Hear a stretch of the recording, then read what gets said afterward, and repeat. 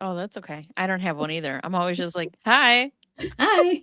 That's what I'm Nope. doing. Yeah. Hi. Can you hear me? That's usually my first question to everybody. To Yes. where the chat will immediately start like, we can hear you. Yes, we can hear you. Oh gosh. Okay. I'm sorry. I'm already too hot. I have to turn my fan back up. Sorry, guys. It's going to get loud. Oh, okay. It is too hot. We still have, okay. Hi, everybody. Welcome to our intro. They're not new to how I start off That's with a okay. thousand thoughts in my head. Um, so we paid off our house like 2 years ago, and it's so funny. Like when you have this goal of paying off your house, you think now I can do all those things that I planned on doing, but I didn't have the like enough money to do things. I mean, I have so much money, and you still don't do the things. So we still have to install an AC unit, like an actual Mhm. central air unit. But that comes with, we have to get a new furnace at the same time. Our furnace is old. I know nobody tuned in to hear this, but too bad. And so we're like, we're just making do right now. And like every summer I say, this is the last summer we're doing this.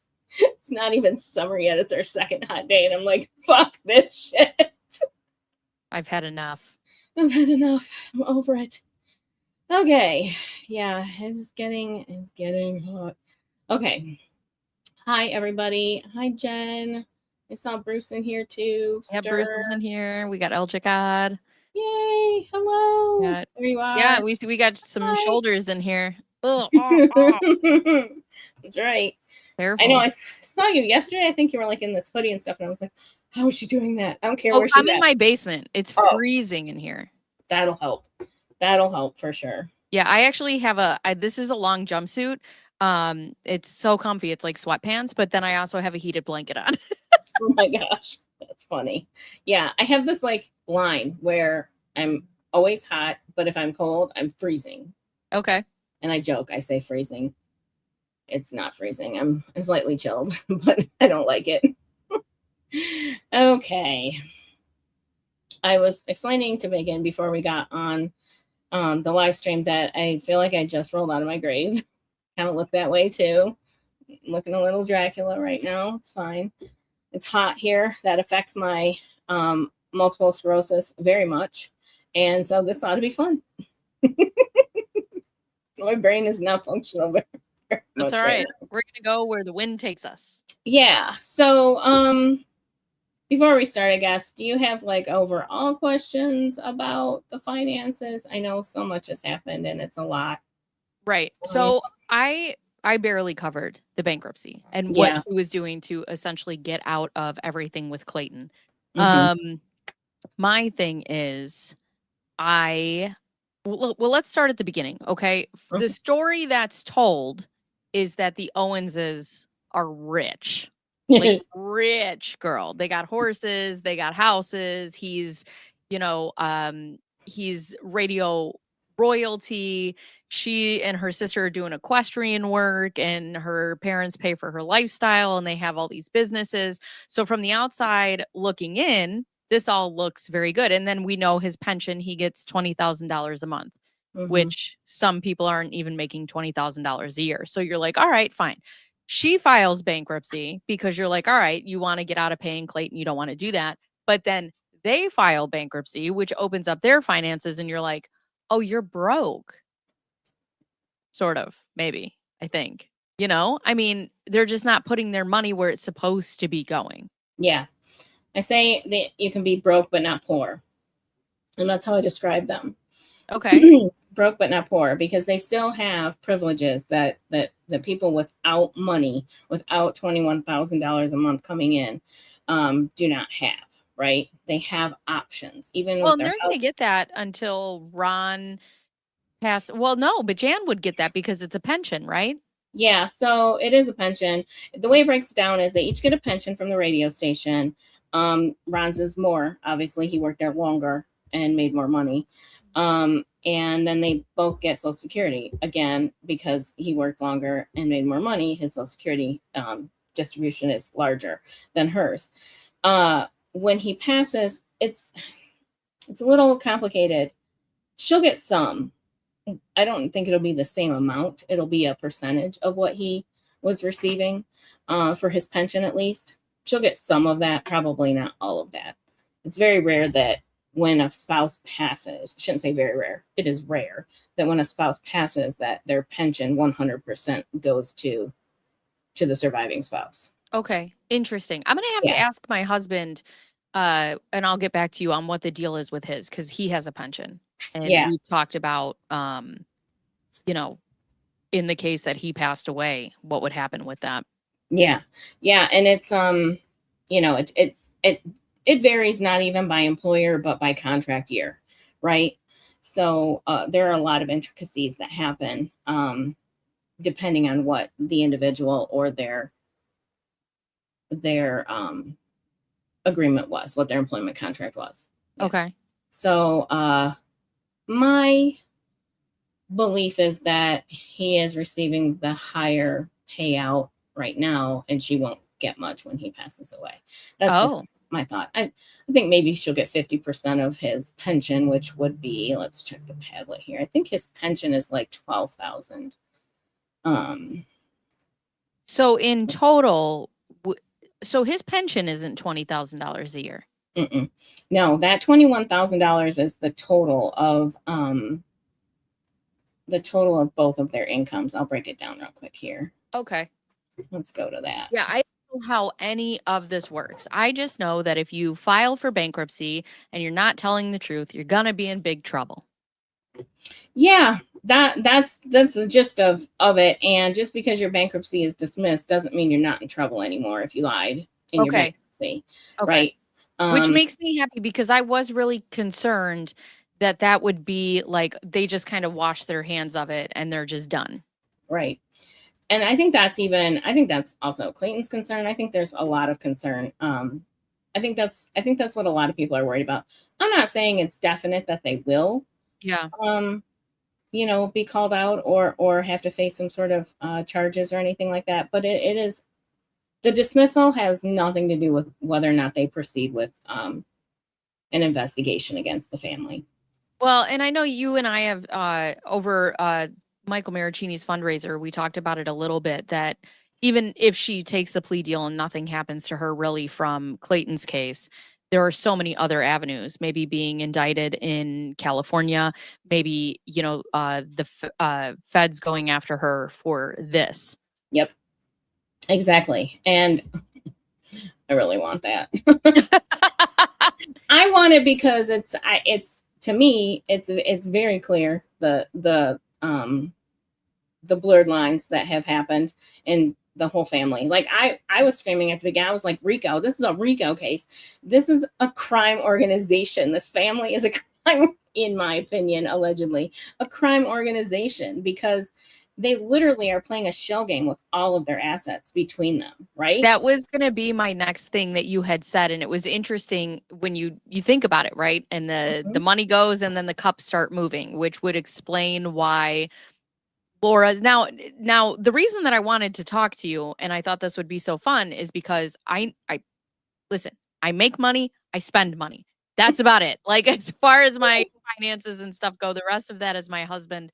But, when you start looking into how all of these things are tangled and, Laura is on all these different LLCs with her mom and then maybe her sister, and then her sister and her brother are in on the mortgage, and then they're paying this person, or they did the Sean Rowan horse, but then they didn't pay him, but then the money went up and then it did this. And like all of it's like, it's so, I can't keep it straight where it's at.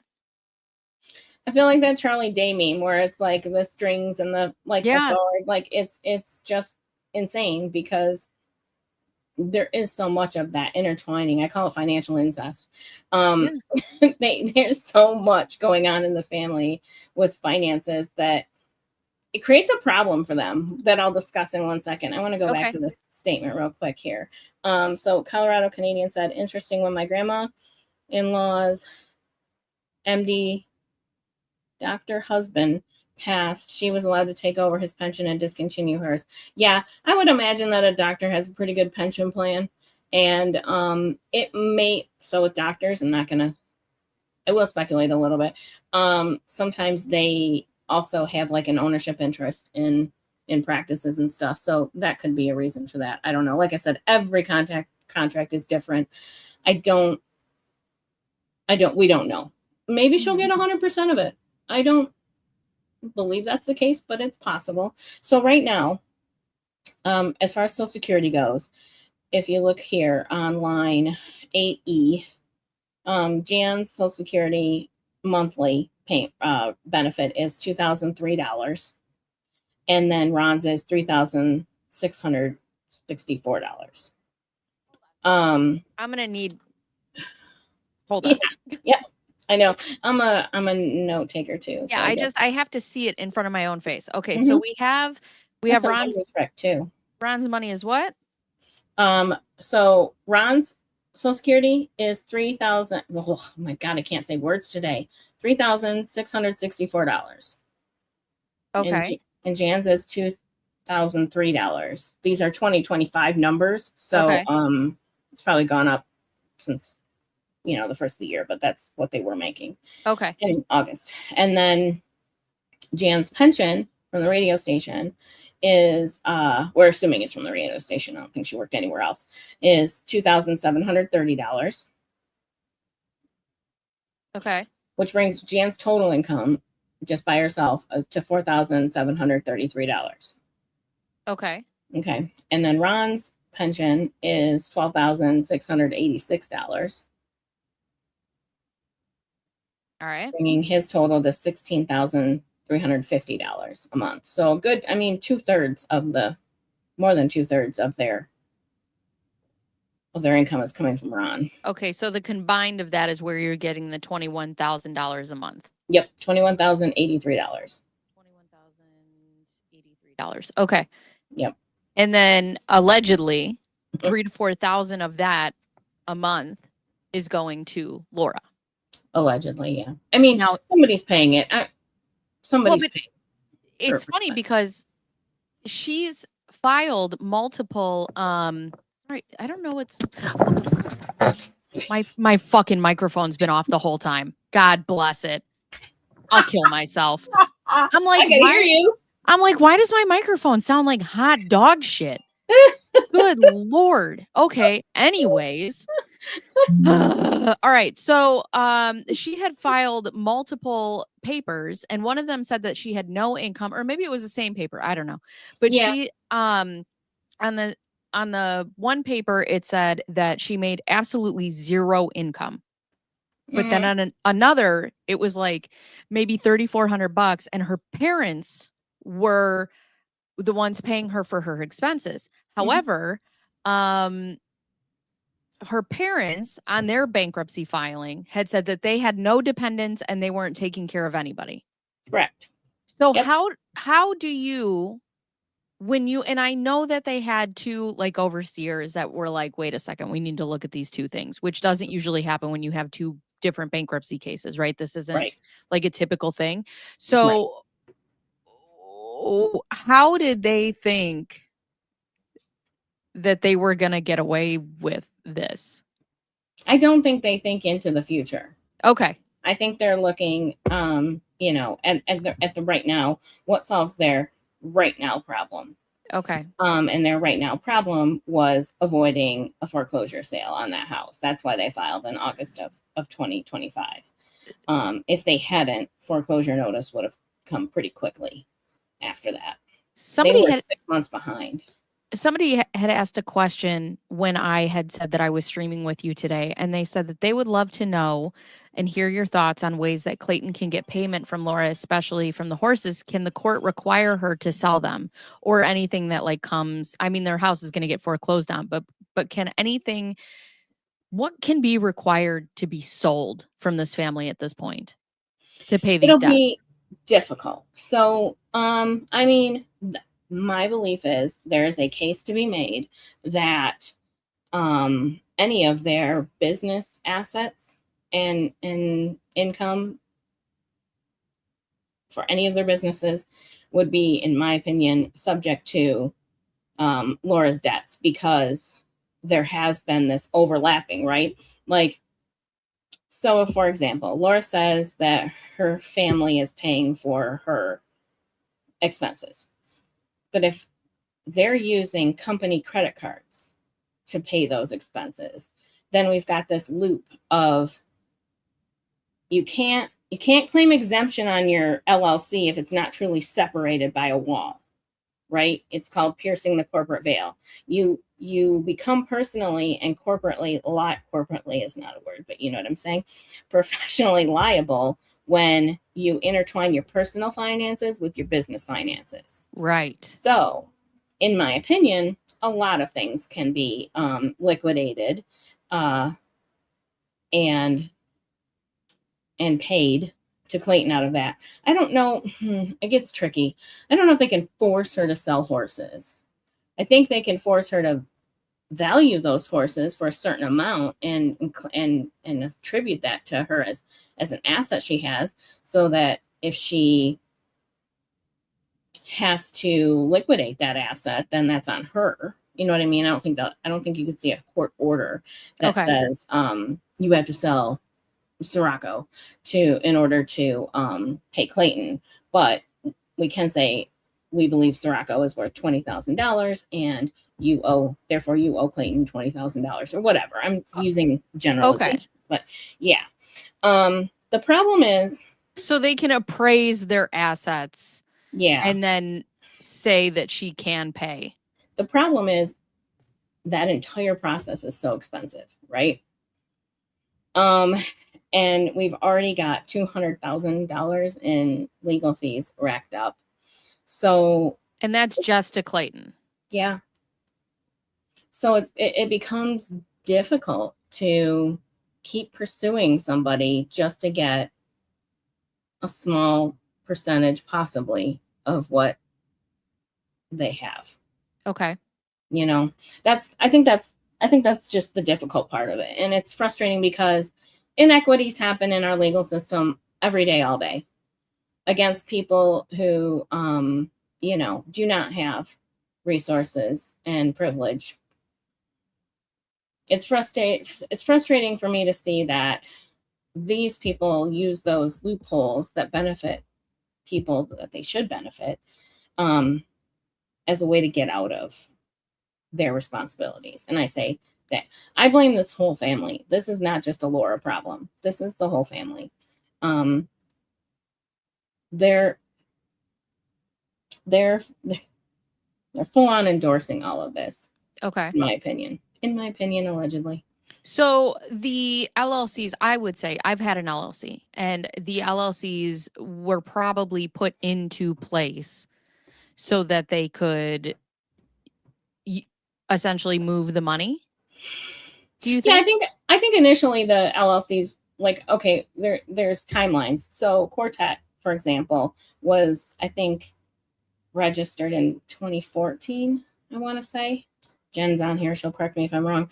But I think that was started as a potential legitimate business model, right? Like, they wanted to be able to profit off of this hobby that Laura has of jumping and showing horses and selling and leasing and all that kind of stuff. So I think they thought they could make money, right? And probably offset a lot of the expense, because it's expensive to even join one competition, from what I understand.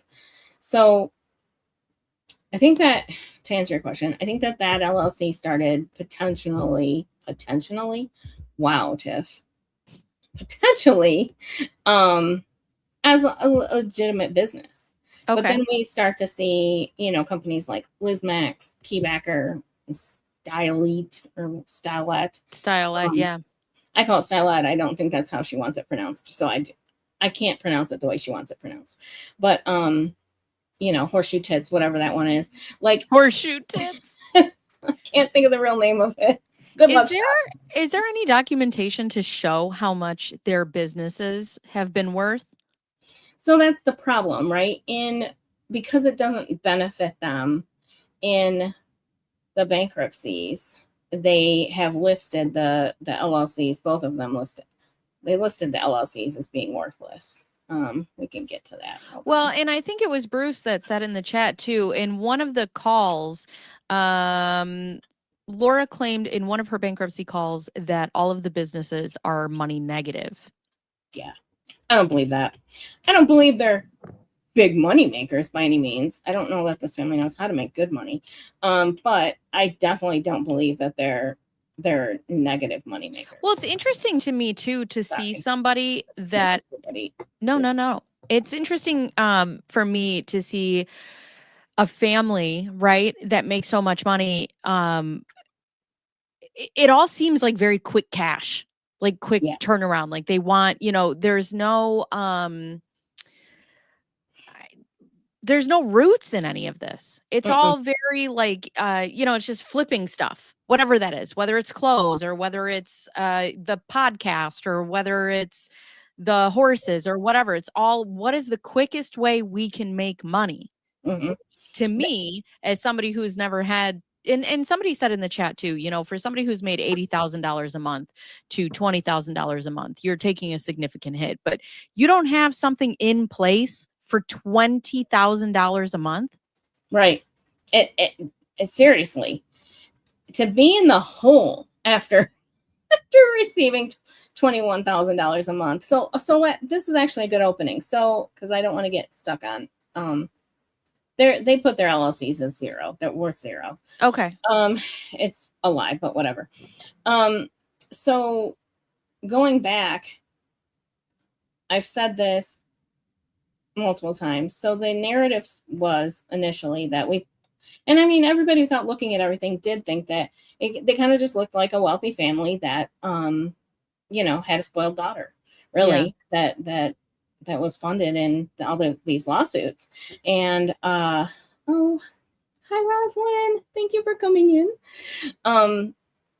And when, I don't remember, it was in the spring of 24 before the trial.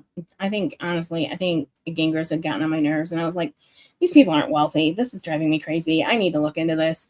And I do, and I see like they barely made it out of San Francisco above water. Barely. Explain more. So they purchased their house, I call it the Full house. Because they lived in San Francisco because that's where he was doing his radio show at. Yeah. Okay.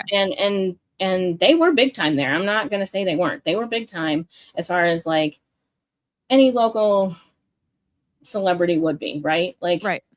They were big time in a decent market. So they bought their row house in January, or excuse me, I think it actually was January of, it doesn't matter, 1998 for $1.4 million. Damn. 1.4 million in 1998. I'm going to look up real quick what that is now.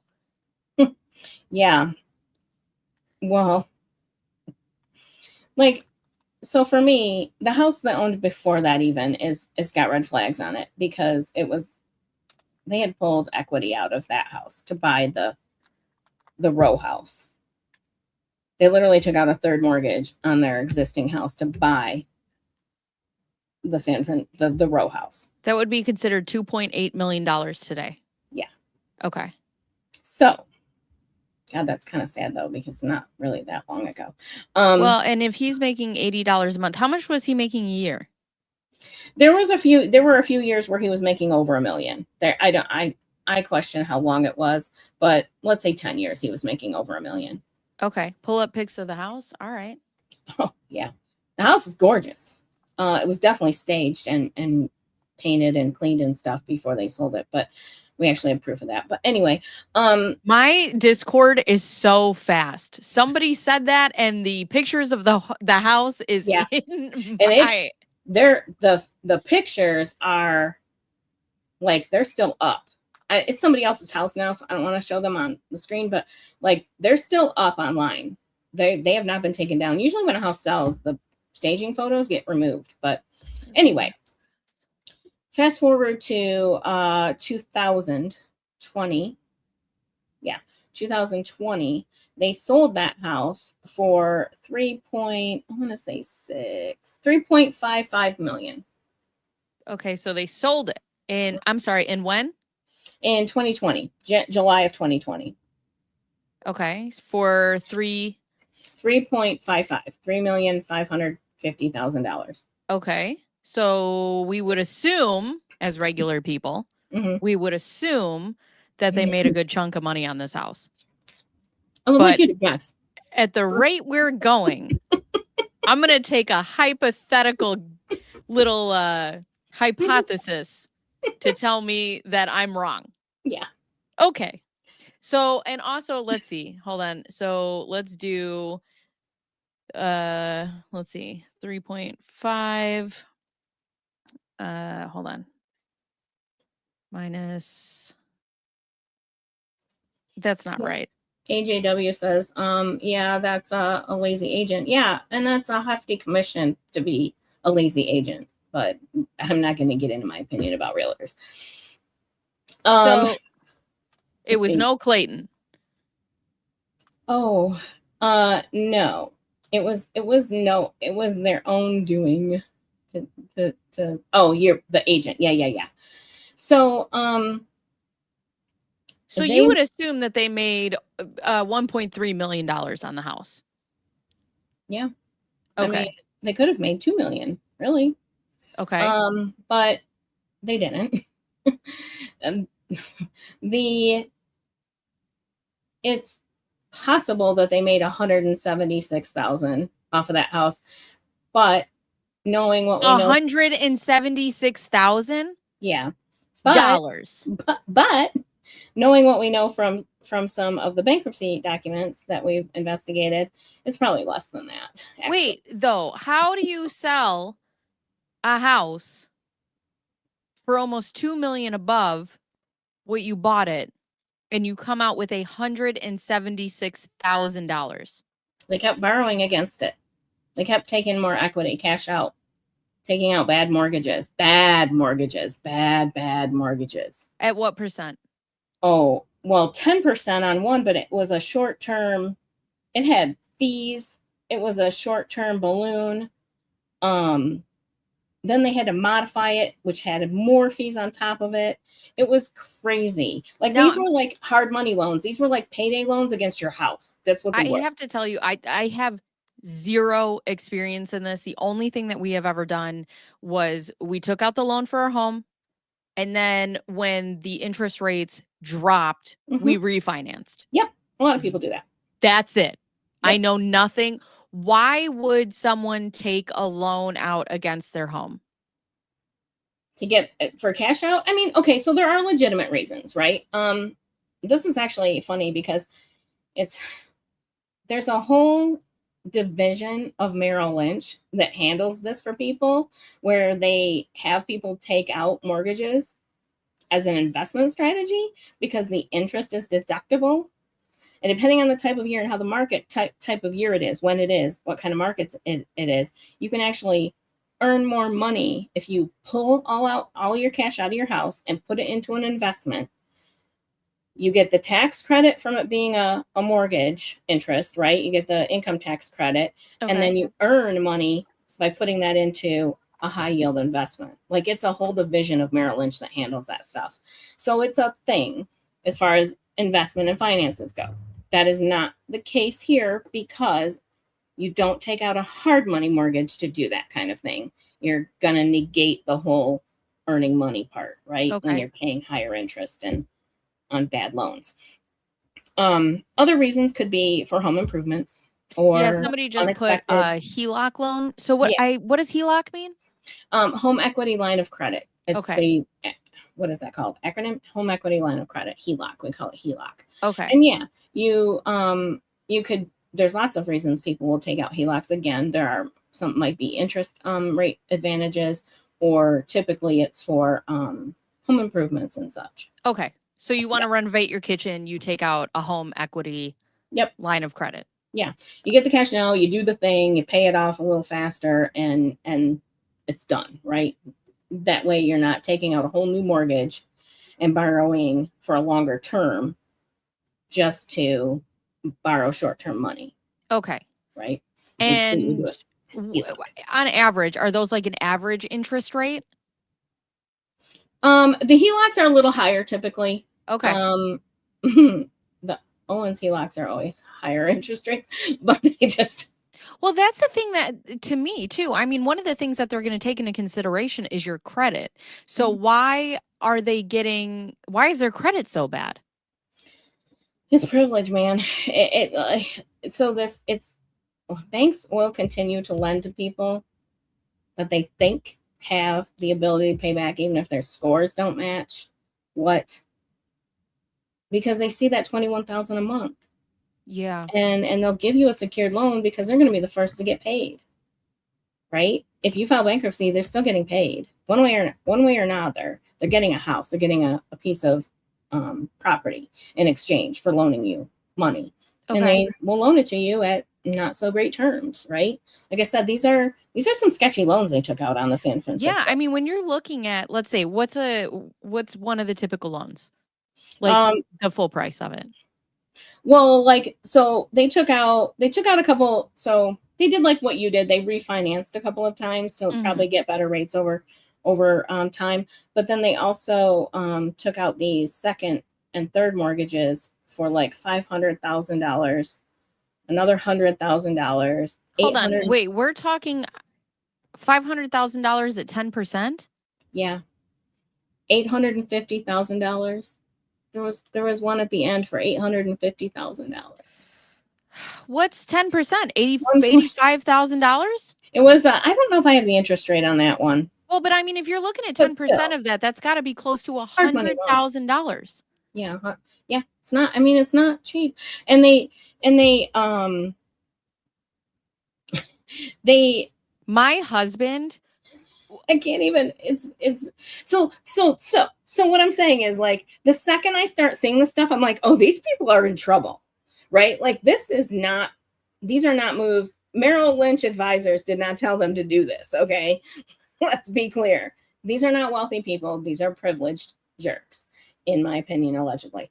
Um, so so she's not, a spoiled trust fund baby. She is spoiled, don't get me wrong, but not in the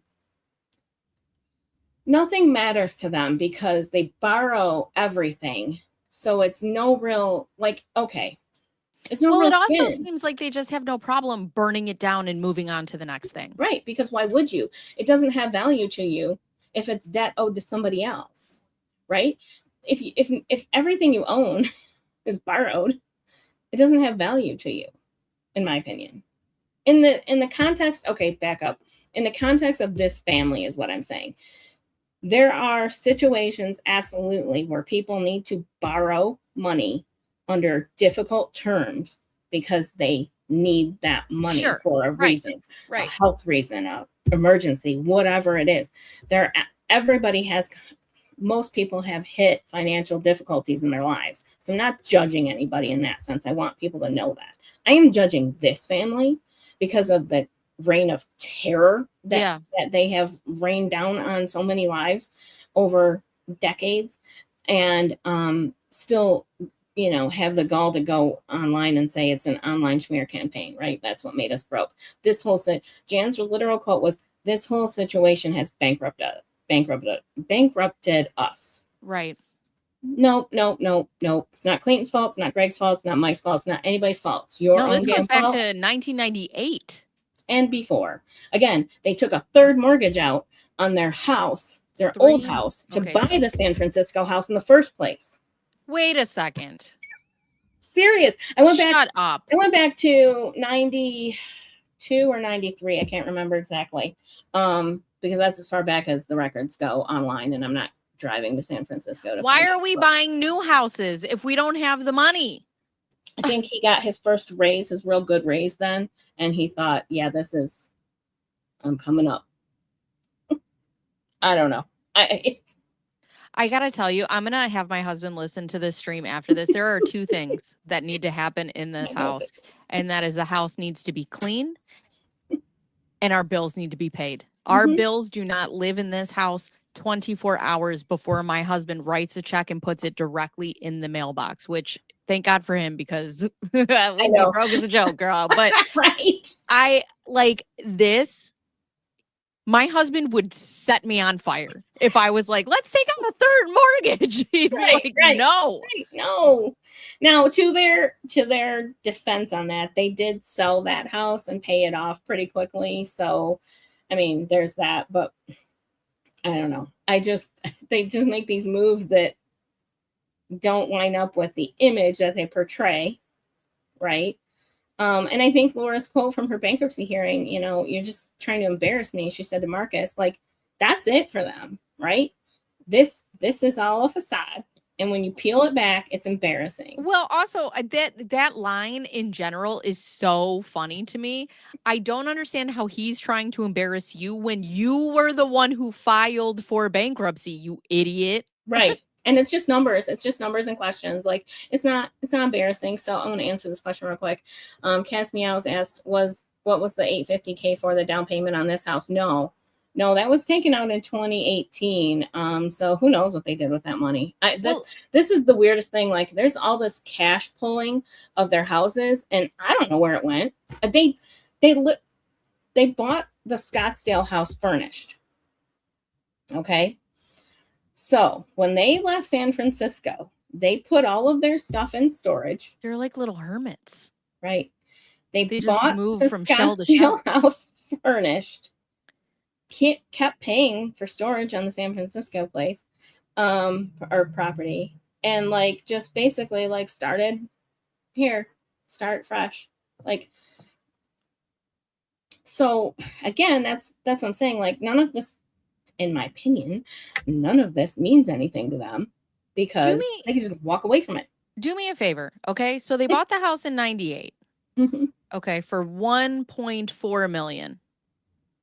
What was the next thing that they pulled out from that house? I want to go by the years and the amount. I have my spreadsheet. Hold on. I have my spreadsheet. I do, because I had to. It was. I love a nerdy queen. I had to have. God bless it, Bruce. I told him that you guys are chanting justice for Mr. Bears in my chat, and I won't have it. I saw that. He's like, do they think you abuse me? And I'm like, I don't care. This is my stream. I'm the star. Here, I'm gonna remove this. Stop screen share. I'm gonna add this other one. I'm gonna add my screenshot. Hold on. Where'd it go? Because I want to see what the movement is. You know what I mean? Mm-hmm. So let me this is in my language, so bear with me. I will try to explain it. No, that's fine. The only thing I'm asking for right now is the particular years and the money that they and the time frame matters here. Okay, so they bought the house in November of 98 for $1.395 million. Okay. We'll say 1.4. We'll keep the numbers easy. That's what I'm not smart. So they took out 3 mortgages. One was against the old house to do that. Okay, fine. So they're already in we'll say a good amount of debt before they even get into this house. Yeah. They did sell the other house, so that went away. The $300,000 that they had borrowed went away. So they just owe just over $1 million. And then here's something too. They did a couple of, like I said, regular refinances. They had some difficulty because I don't want to get into the weeds. I see some indications of difficulty here, but we have some refinances. Okay. No. We are here for weeds. Tell me the weeds. And they had, okay. One time when years ago, I worked on a deal. We did the closing, and 3 months later, the closing, the borrower, it was a refinance. She had to pay the whole thing off because she faked her tax returns. So she had to and she faked it for a bad rate. Like, it wouldn't have mattered. She still would have qualified, but she faked her tax returns, and the lender checked her tax returns right after closing and figured it out that she had faked it and recalled the note basically and said, hey, we're going to foreclose if you don't pay this off. So she had to get another mortgage. I saw that very similar pattern right here with this mortgage that they took out. So that's what my little note. Well, Millions. okay. So my question is, because they filed for Chapter 13 bankruptcy and then they had to withdraw it because they refused to give them their tax returns. Yes? Yeah. They have a history of challenging their tax returns, and we've seen some cases where they've gone to court to challenge their taxes. It's not entirely public, so it's hard to like figure out exactly what happens, but the Owens and taxes have a history, let's just put it that way. So we see these normal refinances right here in up till 2023, excuse me, 2003. But I'll remind you that leading up into 2003 and 05 and into the early 2010s, we had what in my industry we refer to as a foreclosure boom, where a lot of, and Countrywide was at fault. So let's be clear about that. A lot of houses ended up underwater because they had been overvalued, and it's a whole thing. Like the Big Short, there's a movie about it. Yeah. Right. Anyway, so we don't see a lot of activity back until 2012 because that's when the market starts to recover, and now their equity is probably back up above water again, right? Okay, but what you have written there is they've taken out 2 separate loans. Yeah, they've taken out additional mortgages. Exactly. It's one for 300,000 and one for 225, close to. So we're looking at $525,000 worth of loans in 2005 alone. Yeah, in 1 year. In 3 months? Yeah. For what? Again, your guess is as good as mine. And so then we've got, a regular mortgage. Because he's still working at this time too. Yeah, he is. He's doing well at this time. 2012 was his year, man, for real. But that's, I mean, that's a lot of money to be taking out. You're taking $525,000 out worth of loans when you're making $1 whatever million a year. Yeah, it's not enough. How, like, who knows? Okay. I think I said in the podcast, and I didn't even remember saying it, but I said, when you see this pattern of spending, apparent spending, definitely borrowing, that just does not make sense. I don't know where it's going. I've seen this a couple of times in the chat, and there are people who are saying it's gambling. Yeah, I know. And that's a narrative that I don't 100% take seriously. I believe that there's some outside sources that verify it. And I say outside sources, like people at the station and whatnot. Okay. Laura started this narrative a while ago. I think it was in emails or something with Mike. Somewhere she said something about saving her family from the depths of disaster because of her dad's gambling. So I take it with a grain of salt. It's possible. It's gambling. I don't know. I don't know. It's weird. Okay. And so Rob says, you can gamble online and multiple apps, so it's easy to spend, win or lose money. And that could be another reason why we're not seeing tax returns filed, or yeah, but I mean, we're looking at an exorbitant amount of debt before we even get into this house in 1998. You're looking at a third mortgage just to get into this home, and that's before online gambling. That's before online gambling. That's before horse shows. That's before Mike Maricini. That's before anybody ever crossed paths with them that they blame this on, right? This is just their way of life. And so, like I said, then we see more desperation with this hard money mortgage. Okay, so here's a hard money. So hold on. We got two. Hold on. Okay. From 1990, because now my brain is exploding. Okay, so 1998, they buy the house. When is their first big money move from 1998? It's these two. It's really, to be honest, it's these two. Okay, so then 2005. Mortgages, yeah. Okay, so I just don't think they had enough growth and value to do anything else. Okay. Yeah. So in 05. To be honest, these 05 mortgages could have been negative equity loans, because that's another thing that caused the collapse, was that lenders were giving away 125% loans on houses. I don't understand what that means. So Remember, you have to explain this to I me know. like I'm a newborn baby. Before the foreclosure boom, when everybody ended up upside down on their houses, lenders were giving out mortgages that were not traditional. They were giving out 40-year amortizations, meaning they would base your payment as if it was a 30-year mortgage, right? Okay. Excuse me, a 40-year mortgage, but it was still due at the end of 30 years. So you'd have a balloon payment at the end of 30 years. So you'd end up underwater no matter what on that loan unless you paid it off at the end of the 30 years. I see. They also gave mortgages out. Typically, a mortgage is about 80% of the value of the house, right? That's what a typical mortgage is in terms of, we call it debt to or loan to value, 80% loan Okay. of the 100% of the value.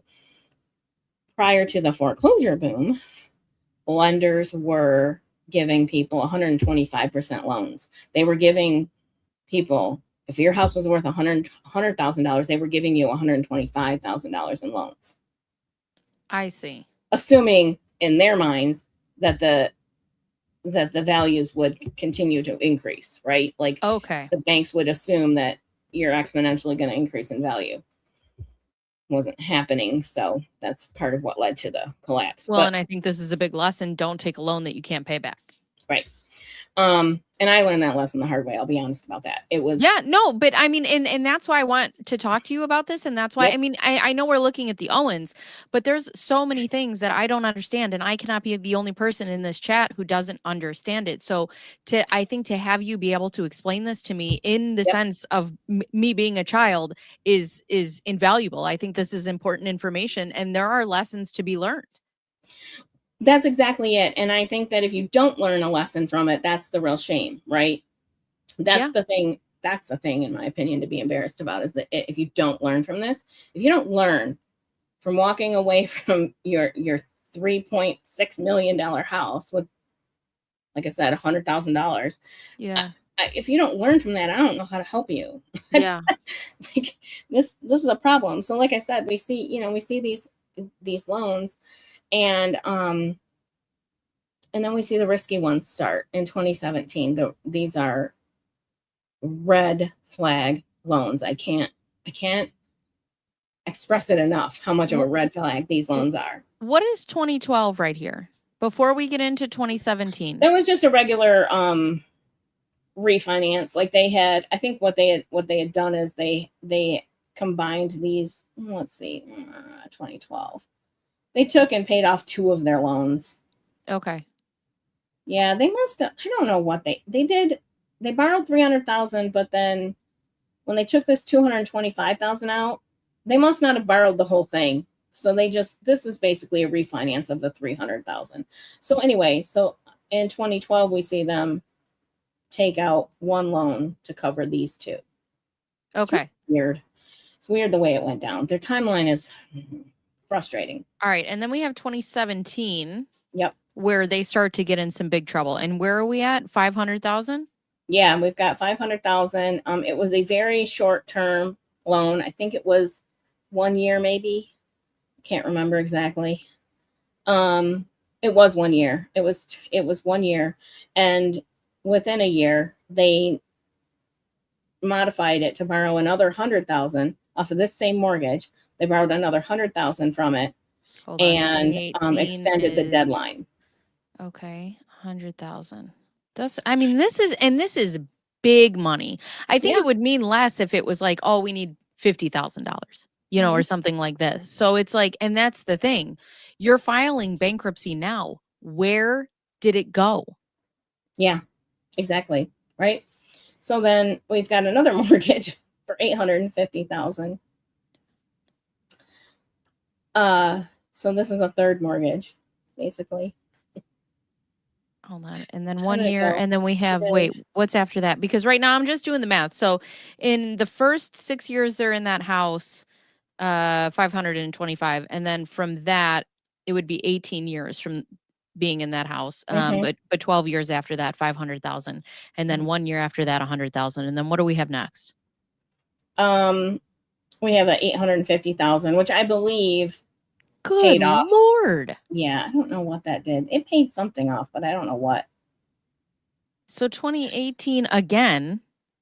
Yeah. Is 200, or no, I'm sorry, 850. It's possible that loan, that 850,000 paid off these two smaller, like the 600,000.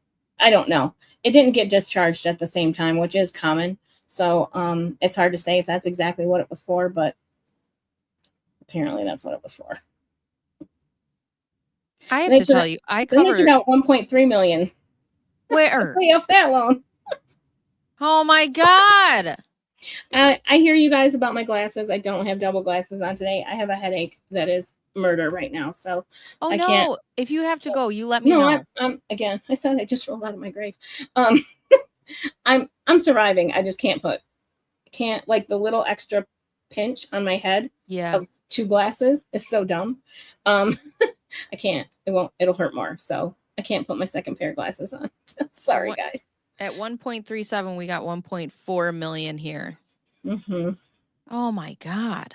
Yeah. So I have like these two scenarios of what they could have owed at the time they sold and what they could have earned. And again, I think it's more likely that that this is their bottom line number.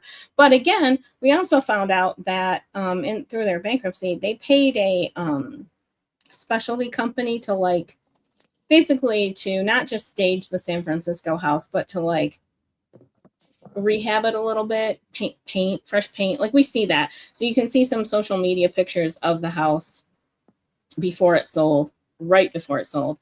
And then you see the listing photos and it's clearly different. It's been staged and spruced up, fresh paint, stuff like that. So they used a company that does that. And so I think they actually paid again, I think they walked away with about 100,000 but it's a guess. But okay, so let's say that they use these other loans to pay off these other loans, right? So you think that they would have left this house after they sold it with, we'll say, $180,000? Yeah. Okay, so they have 180,000. We'll say in the green. Yeah. Or no, because they would have loans that they had to pay off to pay the other loans. Well, that's including everything. So if you take it as they walked away with 180,000, that includes every loan that they took out on this house. It's paid off. Yes. Okay. At that time. Let's say plus $180,000. Now they move to Scottsdale, Arizona. Why are you laughing at me? Because you'll see. I'm going to show you my other spreadsheet. It's. So I take it they moved there in 2020. It's actually 2021. That the very beginning of 2021. I think they put an offer in on the house in December of 2020. Okay. And then the closing happened in 2021. I cover Laura Owens every single day, and she, as a human being, is the most exhausting person I have ever seen in my entire life.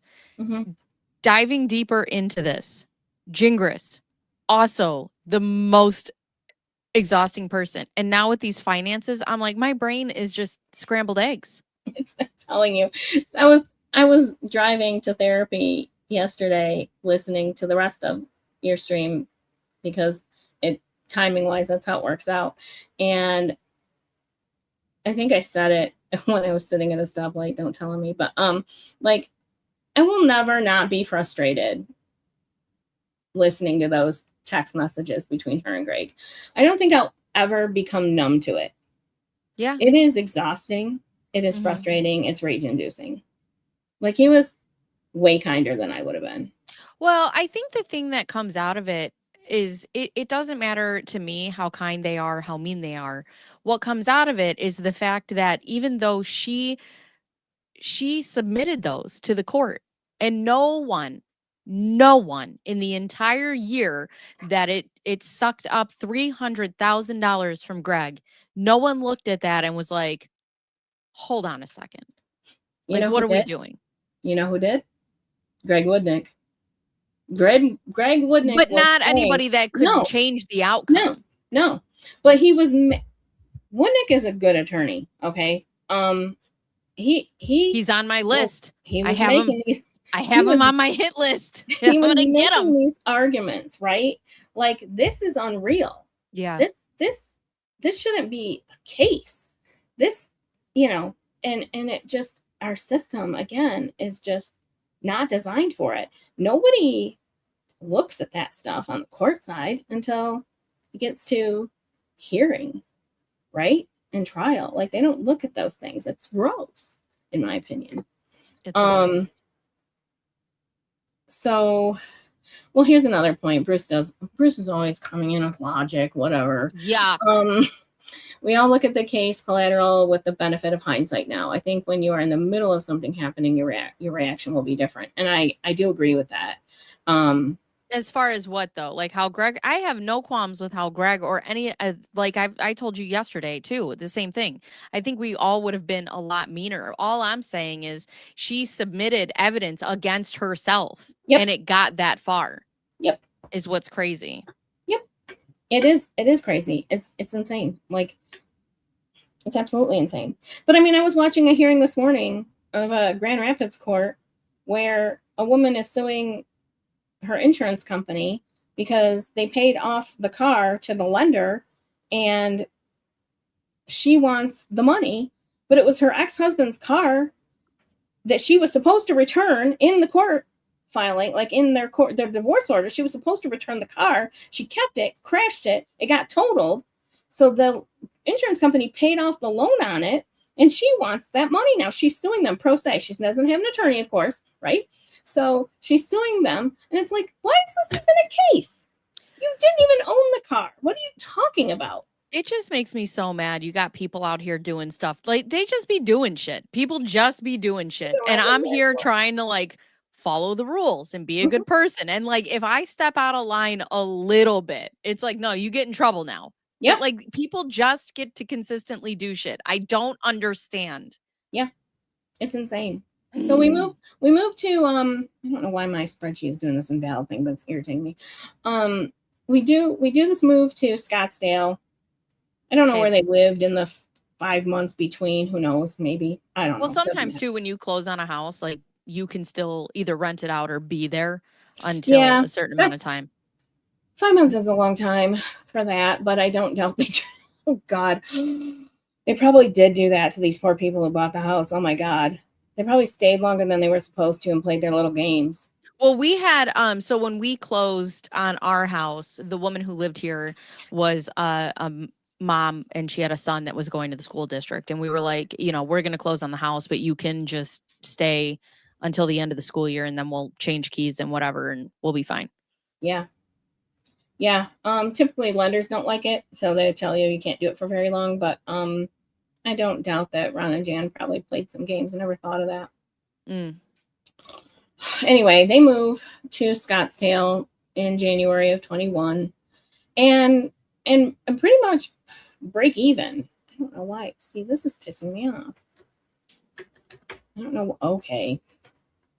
My spreadsheet is making me angry. I don't know how to use a spreadsheet, so you're fine. It's making me angry. There we go. Oh my gosh. Wow. Never mind. Okay, I had to fix that. They bought that house for $950,000. They took out 2 mortgages to do it. Okay, one for $850,000, one for $100,000. Wait, this is into this house now. Yep, this is in Scottsdale. So no, wait. We're taking that money out of the old house to move into the new house? Yeah, I don't know what they did with that money, but they borrowed 100% to buy this house. Like, okay. So $950,000 for the Arizona house. Yep. Okay, $950 for, and you know what pisses me off too? $950,000 for the mesita, and you keep it that way? You can't hire a cleaning lady? Good Yeah. Lord. And my house is not that clean. I got kids. I got one with autism who thinks that the walls are napkins. But I try. Right. I try. Oh God. Last week, was it? I mopped my kitchen, and our house is tiny. My kitchen and dining room are like a third of my house. And it was so much work, and I'm so exhausted. I was like, I should do this more often. Relax. My language. 900K. Somebody just said relax. 900K is not that much money. Maybe to you. Yeah, it's a lot. It's a lot, and it's relative. So here's the deal. For the Owens family, it's actually not. It's a decent amount that they can afford, even at 100% financing. If they just stopped right there and didn't do anything else. Well, I mean, that would be this whole entire case. If anybody just stopped at any time, we'd all be fine. And then we see in October of 2022, so about a year and a half later, okay, they borrow $1.5 million. Bro, I'm gonna throw up. So they basically took cash out, right? They basically refinanced those first two mortgages, paid them off, and then took about $570,000 in cash.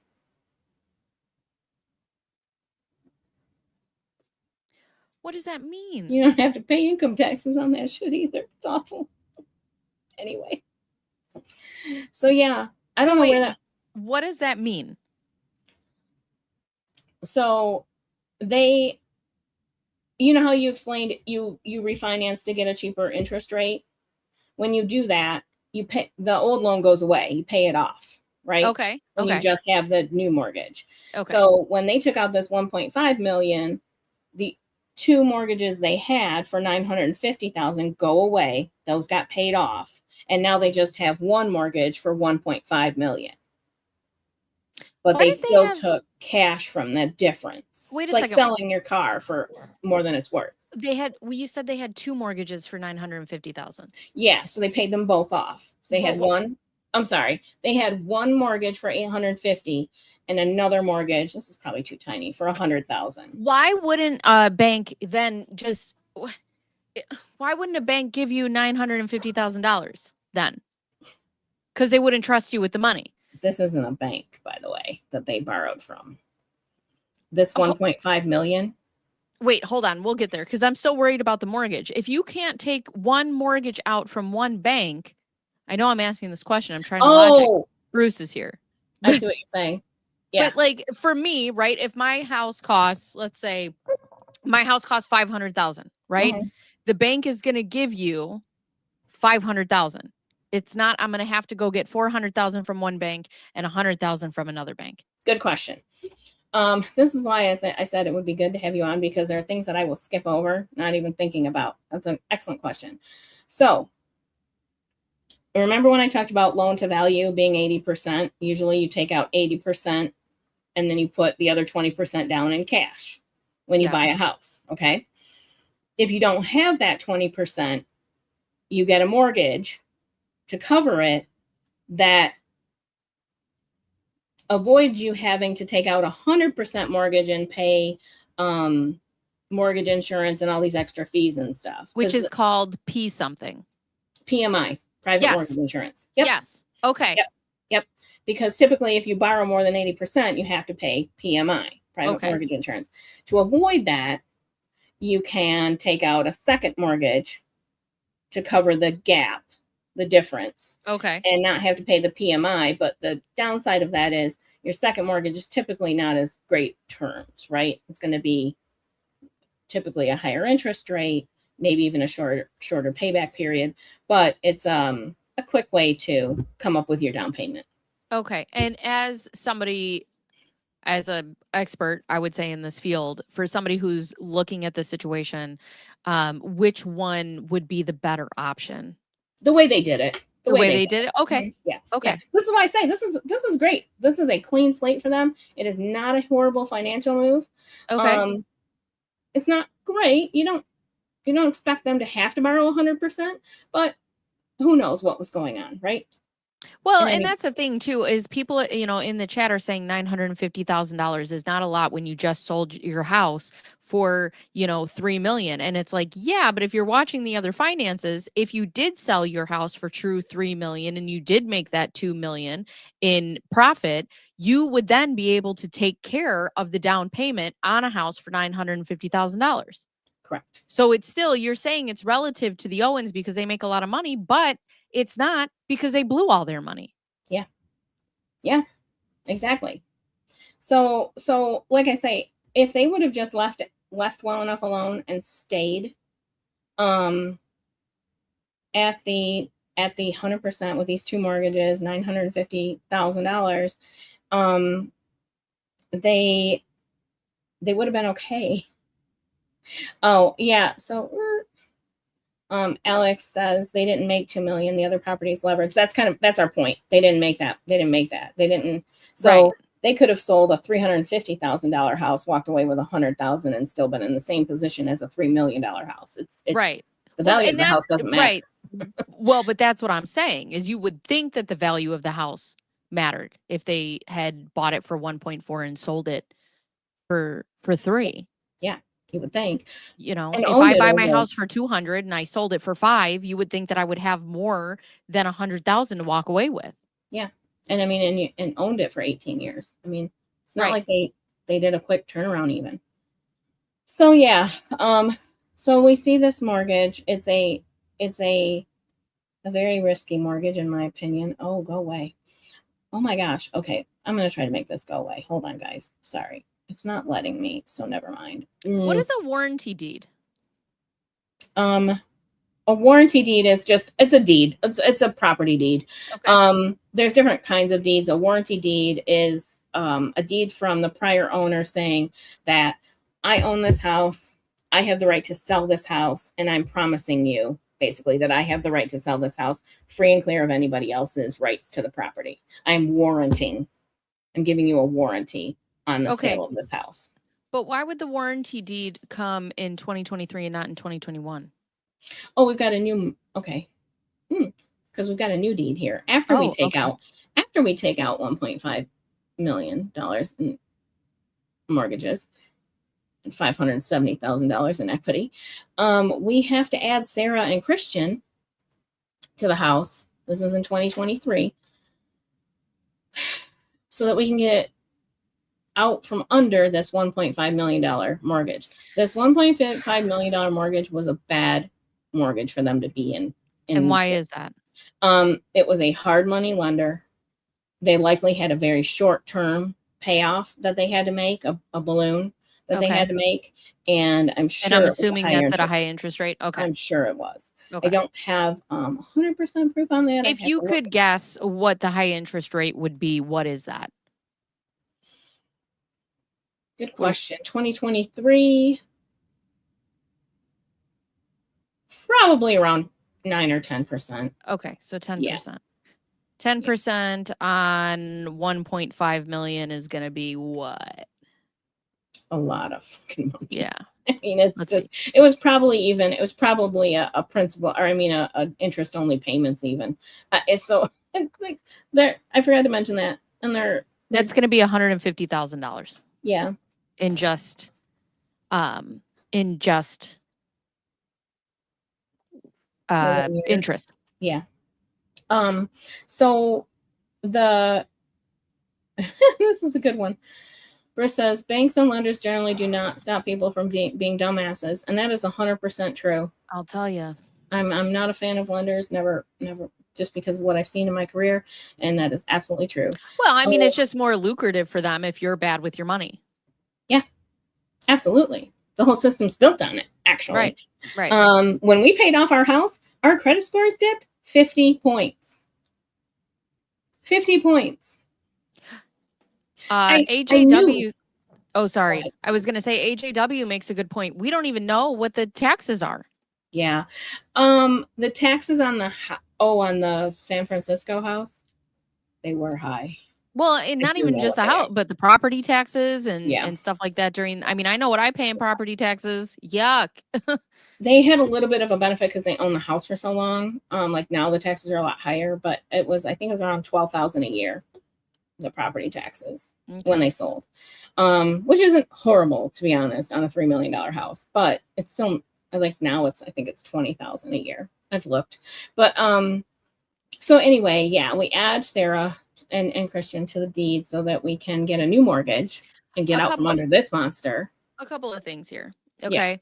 I have kids and and obviously me and the Owenses parent very differently.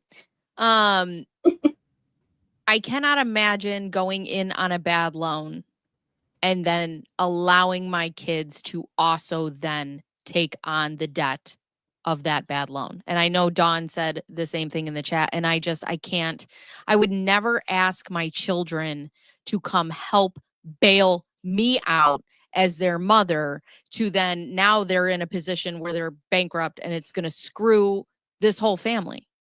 In my opinion, this whole separate family. In my opinion, it would have been better for them to walk away from this house at this point, right? Like, let it go to foreclosure, get what they get. I don't think it was worth as much as they claimed it was. Get what you get and move on with your life, right? Rather than having your daughter and son-in-law who have, she was expecting one child at this point. And by the end there were two, but anyway. So what does it mean when you put, so they come in and we know that they're adding them. What does that mean? That they're, okay, so what they did was they added them to the deed of the house so that they could also take out mortgages with them. So Sarah and Christian were basically co-borrowers with Ron and Jan on every mortgage that happened subsequent to that. So the more people you have on your mortgage, the more money you can take out?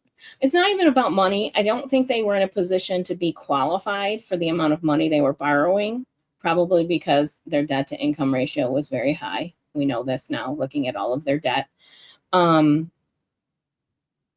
They really took they really fucked themselves with this $1.5 million mortgage. They just did. They put themselves in such a bad position with this mortgage, and God knows what happened to the money.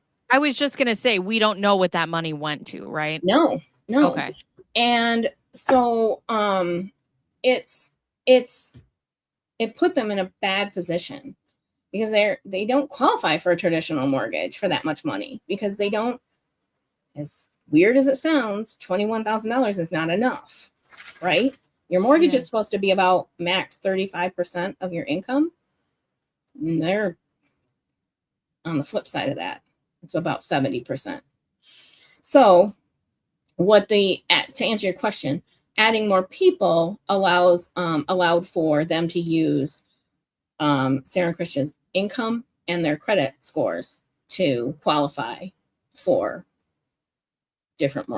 better mortgages. So Julie in the chat just said, are Ron and Jan using the creditability of Sarah and her husband to help? Okay. Yeah. That's what they did. Oops, sorry. I'm like, okay. Sorry. Yeah. So yes, that's what they were doing. They were using their income and credit to qualify for a mortgage to get them out from under this one. They had to refinance this one to get rid of it. And so in order to do that, they had to add Sarah and Christian, get them qualified. And then they took out these two mortgages. They're in a weird God, position. how do you do that to your kids? Do this. They took out these two mortgages right here that I have highlighted. Sorry. Well, what's under that? What is this POA 517 and 614? Ron was in the hospital or something at the time, I think. So there was a power of attorney that Jan signed his name for. That's common. It's not. Okay. It's not anything. Like, it's common. It's not the shadiest thing they've ever done. I've some shady stuff they've done on these mortgages, but that's not one of them. Okay. So then we get to 23 again. Yeah. And so we've got these two mortgages. I don't know the exact total here. Let's do that real quick. It basically paid off the that 1.5 million. Yeah. So it was about, these two mortgages total about 1.5 and some change. I don't know why. Well, I do. Within a year, under a year, they refinanced again.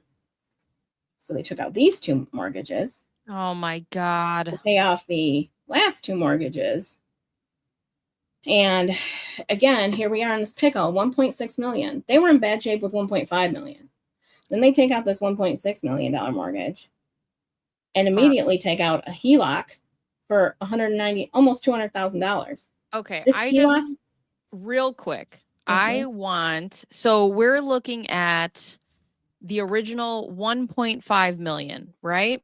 Yep. Plus $351,000 plus 1.6. Hold on, I'll tell you where my brain's going in a second. Yep. 1.6 million plus 200,000.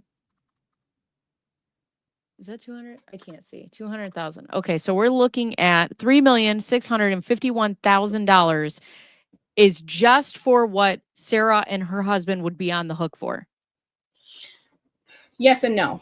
These two mortgages right here are it's the same situation where those go away when you take out the next two. So the 2023 mortgages were paid off using money from the 2024 mortgages. Okay. So now Sarah and Christian are on the hook for 1.8 million. Okay. Yeah. Which is still bullshit with a family. Yes. I mean, it's bullshit anyways, but with a family, good Lord. And this is where we come to, what are they going to do? The house is still on the auction schedule for Tuesday.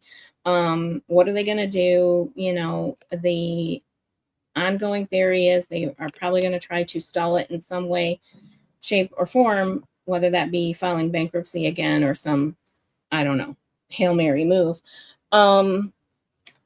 It's such a bad move, man. Let this house go and let your child get out from under that debt faster, because that's what'll happen. This house will go to foreclosure if things work out the way they should. This house will go to auction. And then we're looking at May 26th. We're looking at 7 days from now. Yep. 1 week. See you next Tuesday. Tuesday. Also, for everybody, as a reminder, there's a complex case management tomorrow, which is the status hearing for Laura Owens. So we'll know more tomorrow. Yay! Yeah. So that auction will happen. Let's just go with that's what's gonna happen. Auction happens. They get evicted. And the first mortgage is done. Like it wipes from their history. I shouldn't say that's not the right word. They will not have to pay. Let's say the house only sells for 1.3 million. There's like this weird thing in Arizona where the lender can't come after them for the difference on just that first mortgage. And this is just from the way I understand it, because I'm not as familiar with Arizona foreclosure law as I am in Michigan. But they will basically, that debt will be closed off and charged off, right? So what I do know about credit is the faster something happens, the quicker you can start recovering from it. So if that first mortgage gets charged off and it's a mark on their credit history, the sooner that happens, the faster they can start recovering from it. FHA will give you a mortgage 3 years after a foreclosure. You just have to let the clock start ticking. You can get an FHA mortgage after 3 years have passed. And sometimes it's sooner. Even with this history. Yep. It's gross. But anyway, it's allowed. Because they expect that people do fall on hard times and they give them leeway. Yeah, but to falling on recover. hard times and creating hard times are two different things. They don't look that far into it. And then we wonder why we're in like a money crisis. Right. That's another one of the things that really frustrates me, because God forbid somebody skip scans some food from Myers, right? Like everybody wants to look at these tiny little petty crimes and act like that's what's killing us. It's not. So they can recover from. On top of that, the second mortgage, this $200,000 mortgage, becomes an unsecured debt, meaning it's just like a credit card. The best they can do is sue you over it and make you make payments on it, right? What'll happen with that is some lender will buy that off a spreadsheet, and they'll offer a settlement to Sarah and Christian, because we know Ron and Jan aren't going to pay it, of like a fraction of that amount. If you pay us $50,000, probably even less than that, this loan goes away. We discharge it, and that begins the clock ticking on recovering from that debt. So letting this house go is the right thing to do if you really care about what is financially happening to Sarah and Christian. And I really fucking hope that Jan is watching, because it's the right thing to do. Let the fucking house go. You can't fucking afford it. In my opinion, allegedly. What happens if they don't? So now you've got a loan that stays open, that has a horrible history with it, right? It's constantly behind. It's been behind now.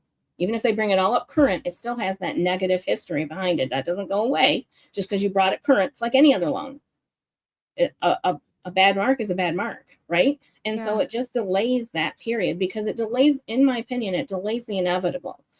This is not the kind of loan that you ended up in a bad situation, so you needed some loss mitigation assistance. You found a way to stop foreclosure, and then you made things right over time. At the end of the day, they still cannot afford this house. It is $14,400 a month. And that's just the mortgages. That's not maintenance and all the other things that come with homeownership. So let's say they file their Chapter 13 bankruptcy and they don't withdraw, and it goes through and it helps reorganize their money and they can pay all these bills. But that's only for them. That's not for Sarah and Christian, right? Yeah, there's because if they file again for Chapter 13, there's the lender wouldn't be able to come after Sarah and Christian as long as they're in the plan, as long as Ron and Jan are doing the plan and abiding by the plan and making the payments like they are supposed to. Sarah and Christian will not be harmed any further in that way, right? It's bankruptcy law and it's complex, but basically used to be able, they would just go after the co-borrower, but now they don't do that as often, I should say. And I think there's actually, if I remember correctly from my research, there's actually like law. They can't go after as long as the other borrowers are in Chapter 13, they can't go after the co-borrowers. I just can't imagine putting my kids on the hook for any money that I owe. Right. It's crazy. I have a feeling that I don't know. I don't even know, to be honest, what they've done with this money, because so this 1.6 million paid off the other two mortgages, right? It brought them level. And then they took out another $200,000. For what reason? I think to pay David Gingras, but this is a bad mortgage too. This is an interest-only mortgage for 5 years. I think it's at 8.5%. Oh my God. Interest only. It's interest only for 5 years. Nothing goes to principal unless you pay more than $1,500. The payment on this thing is $1,500 a month alone. That's most people's regular mortgage payment. Yes. This is their second mortgage That's payment. what people are paying in rent. Mm-hmm. Yep. What are the chances, though?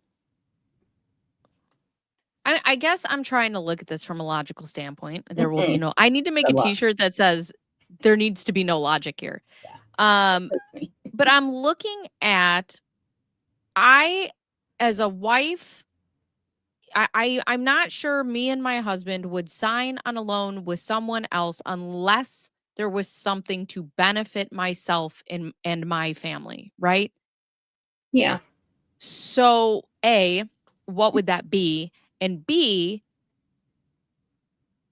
what are the chances that a lot of these loans or like money is being hidden? I don't know that they're financially savvy enough to hide real money. I think they've hidden some for sure, but I Even don't if they know. go through Sarah and Christian and into their accounts under their name? Yeah, I mean maybe some, but I don't know how much. I wouldn't.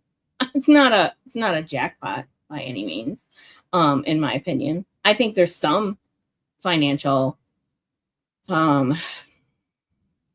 sheltering happening, but I don't know how much. It's like we don't know what happened to the GoFundMe money, right? Like we don't know what happened to that.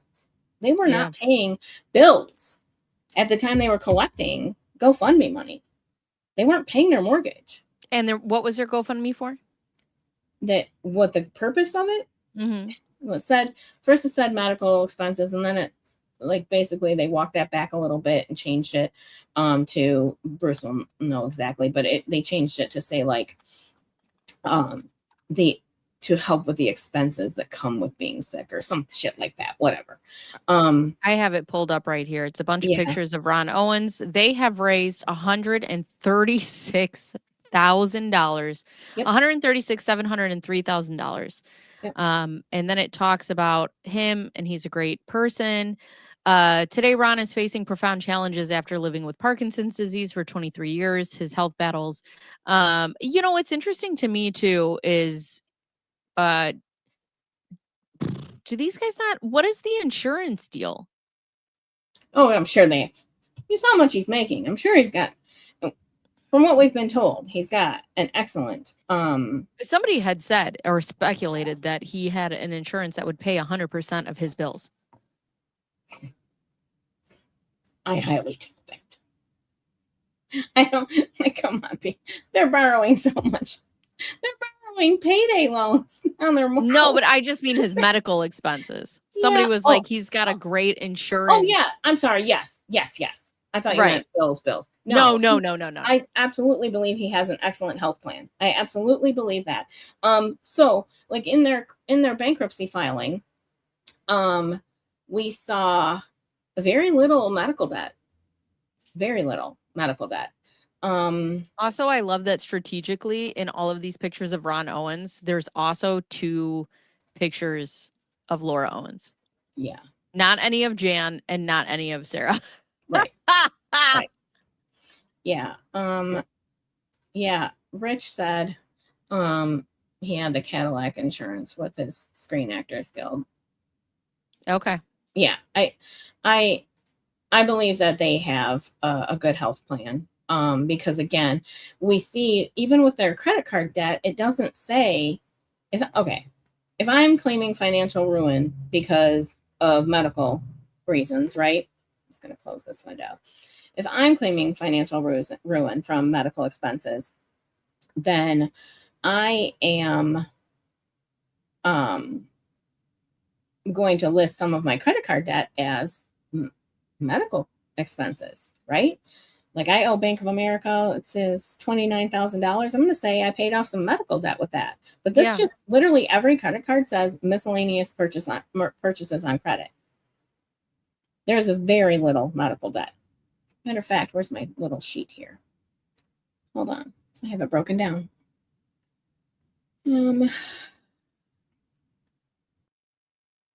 So in their bankruptcy, there were 19 bank credit cards.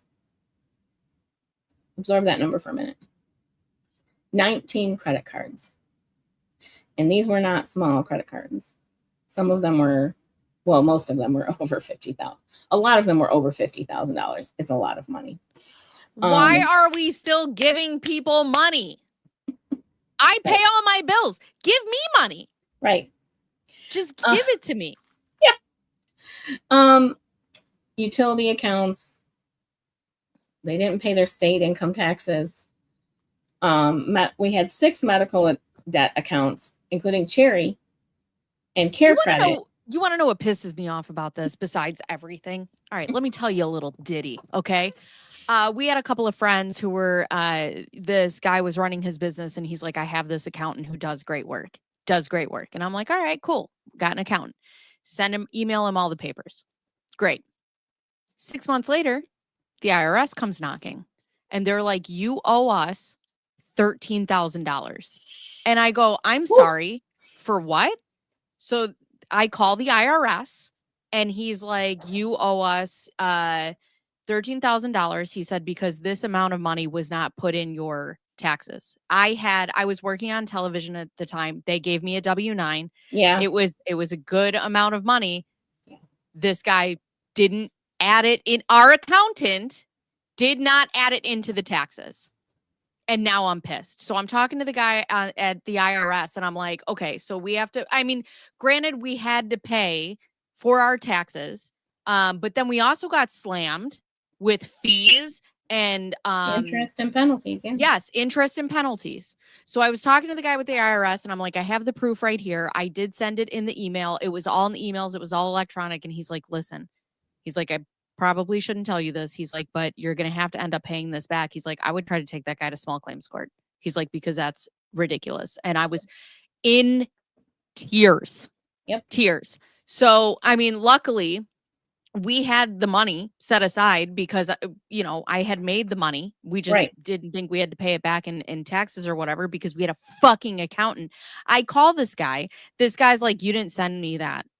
So I re-forward him the original email and he was like, okay, well, we can, I can amend this and go. And I'm like, you're never fucking touching my money again.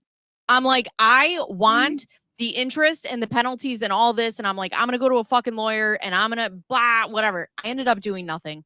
I just ended up paying what I needed to pay and fuck that guy. But the point of the fact is, 6 months, maybe less, there was a packet from the IRS on my fucking doorstep. Mm-hmm. And that's it. Like, these guys don't pay their state taxes. And it's like, whatever. Right. No, for real. It's crazy to me. They haven't even, from what we know, haven't filed their 23 or 24, probably not 25 federal taxes. And it's still like, meh, I want to answer this. Do you feel like Mike Marchini's and Ron Owens GoFundMe should be held to the same discretion? First of all, let's be clear. I don't give a fuck about either of them GoFundMes. I don't care. Like, it is not for me to say what happened with that money. If Ron Owens did something improper with his bankruptcy filing and not disclosing the GoFundMe, that's the government's problem, not mine. Mm-hmm. I don't give a fuck. I'm pointing out patterns. That's all. Right. I view GoFundMes as gifts, right? Yep. Like, I give a gift. I felt so inclined to give a gift. And if I were to send you a gift card for whatever, I'd be like, hey, BigTiffDog, here's $50. I cannot call you and then be like, well, what did you spend it on? Mm-hmm. I just don't, for me, if somebody is lying about what they're saying that they're going to spend it on, that's for them to go to sleep with at the end of the night and take it up with the Lord. I don't fucking care. But, I mean, I won't be sharing Ron's GoFundMe. Let's be clear about that. Like, I don't think, you know what I mean? Like, I don't share a lot of GoFundMes, whatever. I share the ones I like, whatever. But I don't he doesn't owe me anything, an accounting of it. He might owe the government something. I don't know, maybe. But that's not my fight to fight. Yeah. I'm pointing out the hypocrisy of people who continually suck from the system and then claim it's not their fault. That's all. Yeah. I just don't, for the Maricini fundraiser, for me as a content creator who was doing something for what I felt And maybe they're not. Let's say, okay. Let's say I get a victim on this channel and they're not actually a victim and they're just like, royal pieces of shit. Mhm. I am making the choice with my channel and my platform to do something that I feel is the right thing at that time. Yep. Could I be bamboozled? Sure. But that's not on me. No. I did what I thought was the best thing. Yep.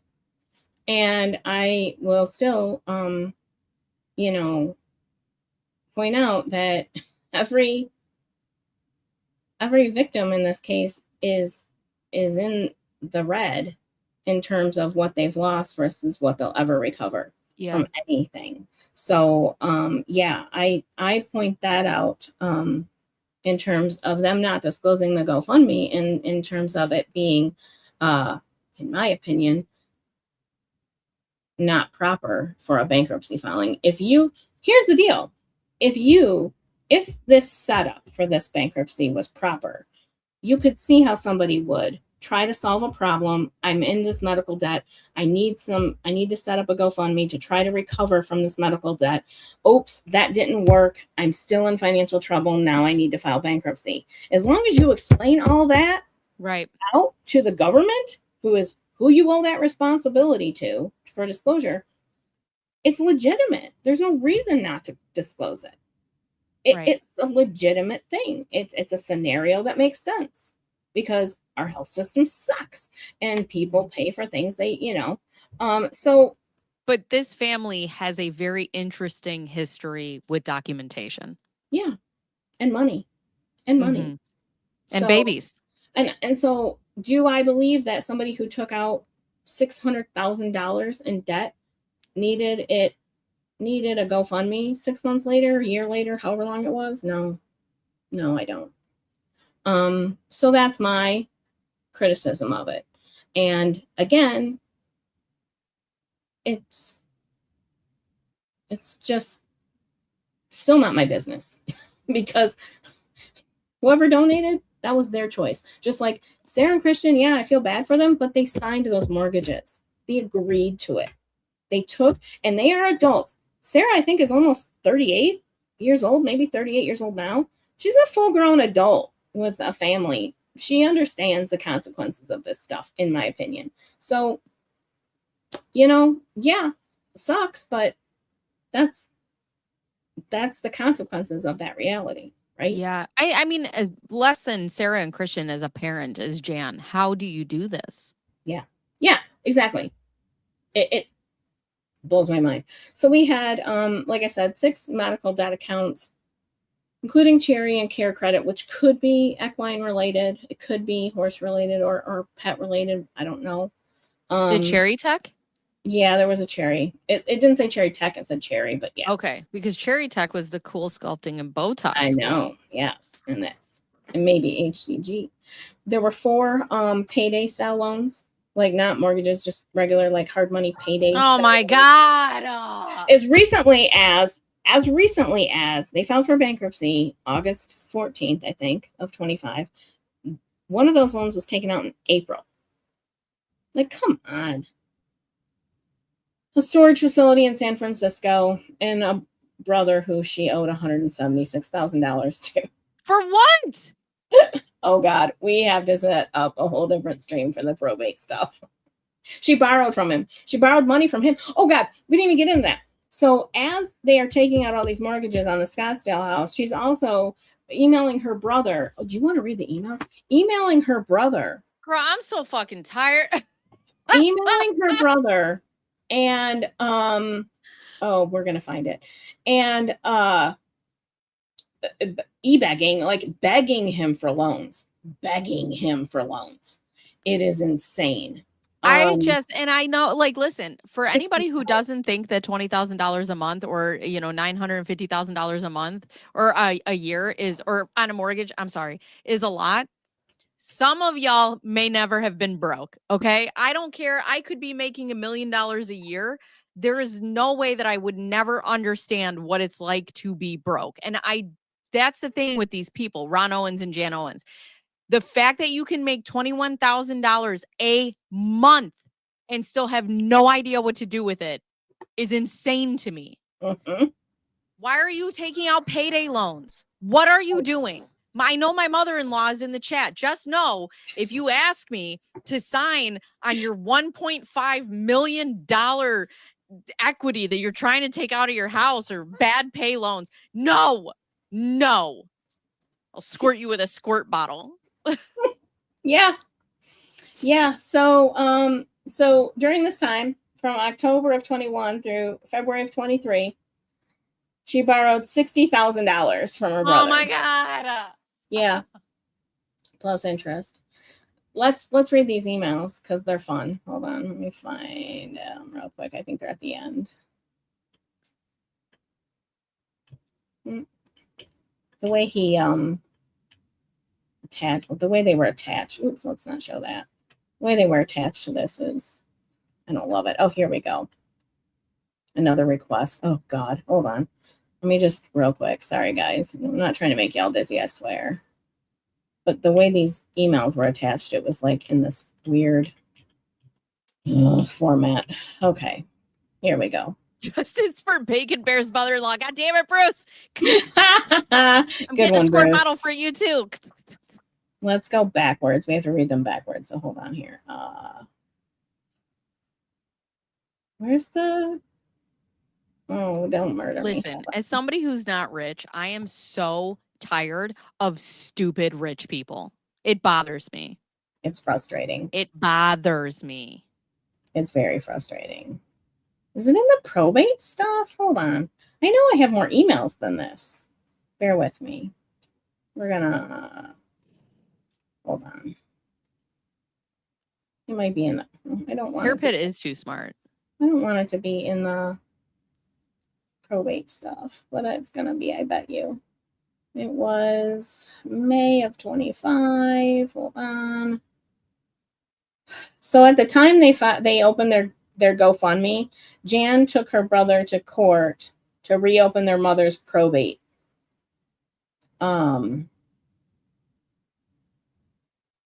Estate. Is their mother's gone, I suppose? She died in 2011. Okay. So in 2025, early 2025, Jan, while they're creating a GoFundMe, I think they've all of a sudden realized, oh shit, things are going to get even more expensive. Okay, so I know for a fact this is at the end. Hold on. And what happens? Explain to me a little bit of a probate. I don't understand that. So obviously it's like their inheritance. Yeah. I bet you those emails are not going to be here. So a probate. Okay, hold on. Let me focus. Okay, sorry. One thing at a time. No, I need to go back to where I was and then I'll explain it. So hold on one second. I'm just going to go off the emails I had. Okay, so let me just go up to this one. I don't want you to read ahead because it's a spoiler, but it's good. Okay, so when somebody dies, any property and there's no spouse, right? The spouse has already passed away and kids are grown. Their real estate and trinkets and art and anything they own is typically distributed by a probate case. Okay, a court case. Okay. The ways around that are to create a trust. And what you do is when you die, you have everything transferred into your trust. Mm-hmm. And so a trust is an entity. It's basically an LLC. Okay. So it then owns everything. And the people who are in charge of signing for the trust, like would be an LLC member. It's a trust member, right? They call trustees. They distribute the property in accordance with the terms of the trust. And the trust is typically written in the same way a will is. My daughter gets my wedding ring, whatever. Okay. And you guys can fight over the rest or whatever it is. Like certain people get certain things and here's how, financial stuff is split whatever percentage. So Jan's mom made Jan's brother and his husband trustees of the trust. Now, does Jan only have a brother? Yes. Okay. So I wonder why that was. You would think a mother would make her daughter. Yeah. Oh, sneaky. So I think Jan's mom was definitely hip to Jan's lifestyle. So And that was back in 2011. So anyway,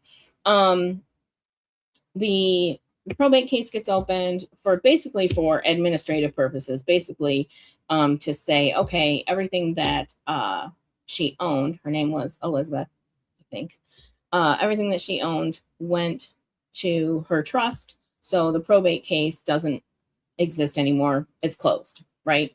And the trust lives on as an entity that distributes the property. And this one gets a little complex, but basically the brother was in charge of distributing everything. We don't know what the trust said. We don't have copies of it. We don't know. The property, the house that she owned was held onto for a while, but we don't know why. We don't know if that was her wish. Jan says it wasn't. Jan's a liar, allegedly, in my opinion. Hoboken. Right. So when we see this financial storm start to happen in late 2024, after Clayton's judgment has come down, right?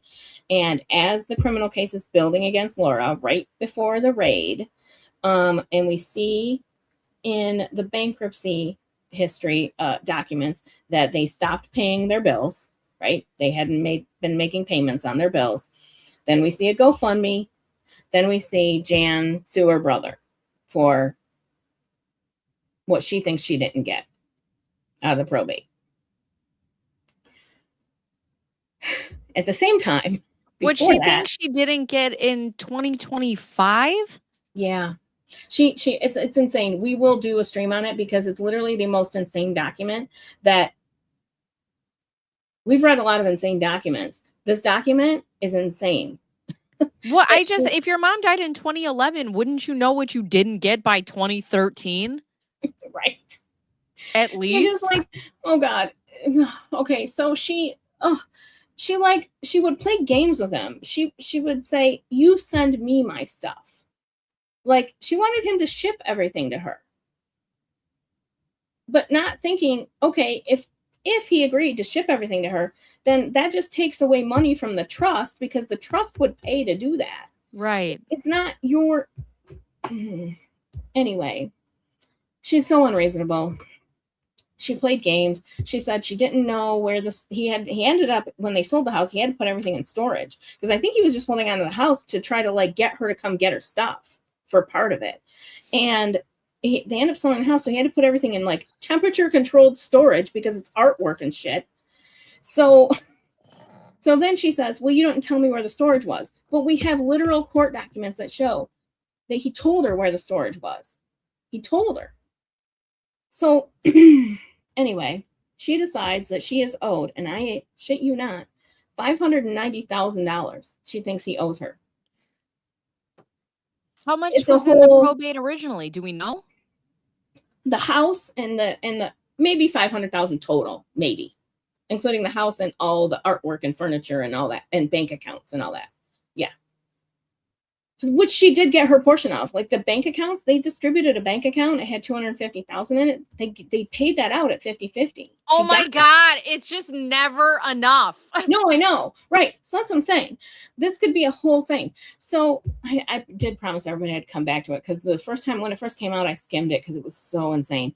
So anyway, she said, if you don't pay me this $590,000 within 30 days, I'm going to file criminal charges against you. Like she did the trifecta: criminal, civil, and whatever, like probate. She was, and she's gonna call the attorney general, and I don't know what. Like, who does this sound like? Right? Yeah, it's. Anyway, okay. Mystery on the mother's house and why brother didn't auction it immediately. I don't know if anybody has ever dealt with an unruly family member, but if you're distributing a probate estate or a trust estate with an unruly family member who literally will not lift a finger to help you, I can see how that house got sat on for so long. It was cheaper than storage. Property taxes. I have that going on with my family right now, and nothing can move until you all come to some sort of agreement. Yep. And that's why this isn't in this document. Hold on a second. No, it is. I know there are more emails. It's going to irritate me. But anyway, so When Jan files for bankruptcy, she puts on there, Jan and Ron, sorry, when they file for bankruptcy, they put on there that they owe her brother money, but they say it's only $1,700. Okay, so she's not accounting for the $60,000 that she borrowed from him. Because she has no plans on paying that back, so she doesn't owe that. Exactly. Like there's a whole. It was supposed to be paid out back out of the proceeds of the house. She never paid. So her brother came back with fire. Like, hell yeah, I loved it, and he included the emails where she was begging him for money because she said it was under duress. So here's one of them. Another request. This is the second one, I think. There were four or five total. This is the second one. Hi, Mark and Dale. I hope you guys have had a great weekend. I am trying to cope with a lot on my plate right now, and unfortunately, could really use your help once again financially. I'm wondering what the relationship between them is before all of this, and like if she only calls or texts for money. I believe it's transactional for sure. Yeah. I'm absolutely humiliated to be in a position of having to ask, but I don't know where else to turn and would very much appreciate you considering giving me another loan. And then, like, now this is for the 60,000, or this is after that? This is one of the 60. This is I think it was 20,000 was this loan. Okay, so 60 is the total. She took out. See. She took him. I want to say it was 5 loans she took from him, and this was for one of them. I want to say it was one of the larger ones. I think it was. Well, she'll tell us. I am $3,000 behind in fees due to the storage company that has our household goods in the Bay Area at $750 a month. Ron's $946 life insurance bill is due the 18th, and his $1,426 bill for long-term care insurance and $1,500 bill for union. Hold on. Give me these numbers. What do we owe? So we have 750. Just let's do roundabouts. So that's for storage. 3,000 is for storage. It costs $750 a month, but 3,000 is the total. I just want to know. Per month. From their spending to profit. Yep. Okay, so we got 750 storage. Yep. His life insurance are $946, which has gone up, but anyway. Okay. $1,426 for long-term care insurance. She didn't disclose that on her bankruptcy. $1,500 bill for union medical insurance. See, I don't know if that's per month. That can't be per month. This is like, oh, okay. So you can't take a lot of this for fact, right? Okay. Because I wanted to know out of that 21,000, like what they were needing to pay, especially if they're not paying for their house. Because we know that they haven't made a house payment in how long, you said? Since March of last year. March of 25. And nobody comes knocking. Well, it was paused by the bankruptcy. Somebody would be knocking on my door the next day, girl. They definitely oh wait, hold on. It's not accidentally blocked. I don't. How? BigTiffDog's out here blocking Mr. Pike. It's not entirely impossible that I clicked something and did by accident. Well, let's just double check this real quick. Pause for station identification. Switch. Poor Mr. Pike. Oh God, I gotta figure out how to do this. Hold on. I know there's a way. Give me a second. It's in general. No.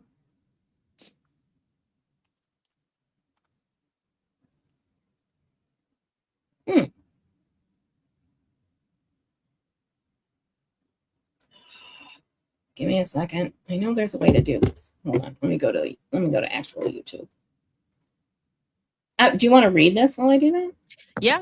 We gotta move real close because I'm blind. Sorry, I can. Ooh, is that? No, that's okay. Go ahead. You can put it down. If I just sit really close like this.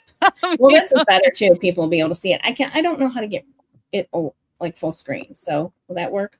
Yeah. No, that's great. Okay. Hi, Mark and Dale.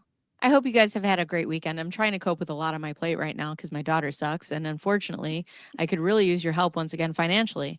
I'm absolutely humiliated. I find that to be interesting that she added that again. Yeah. Because it really it's is wordplay.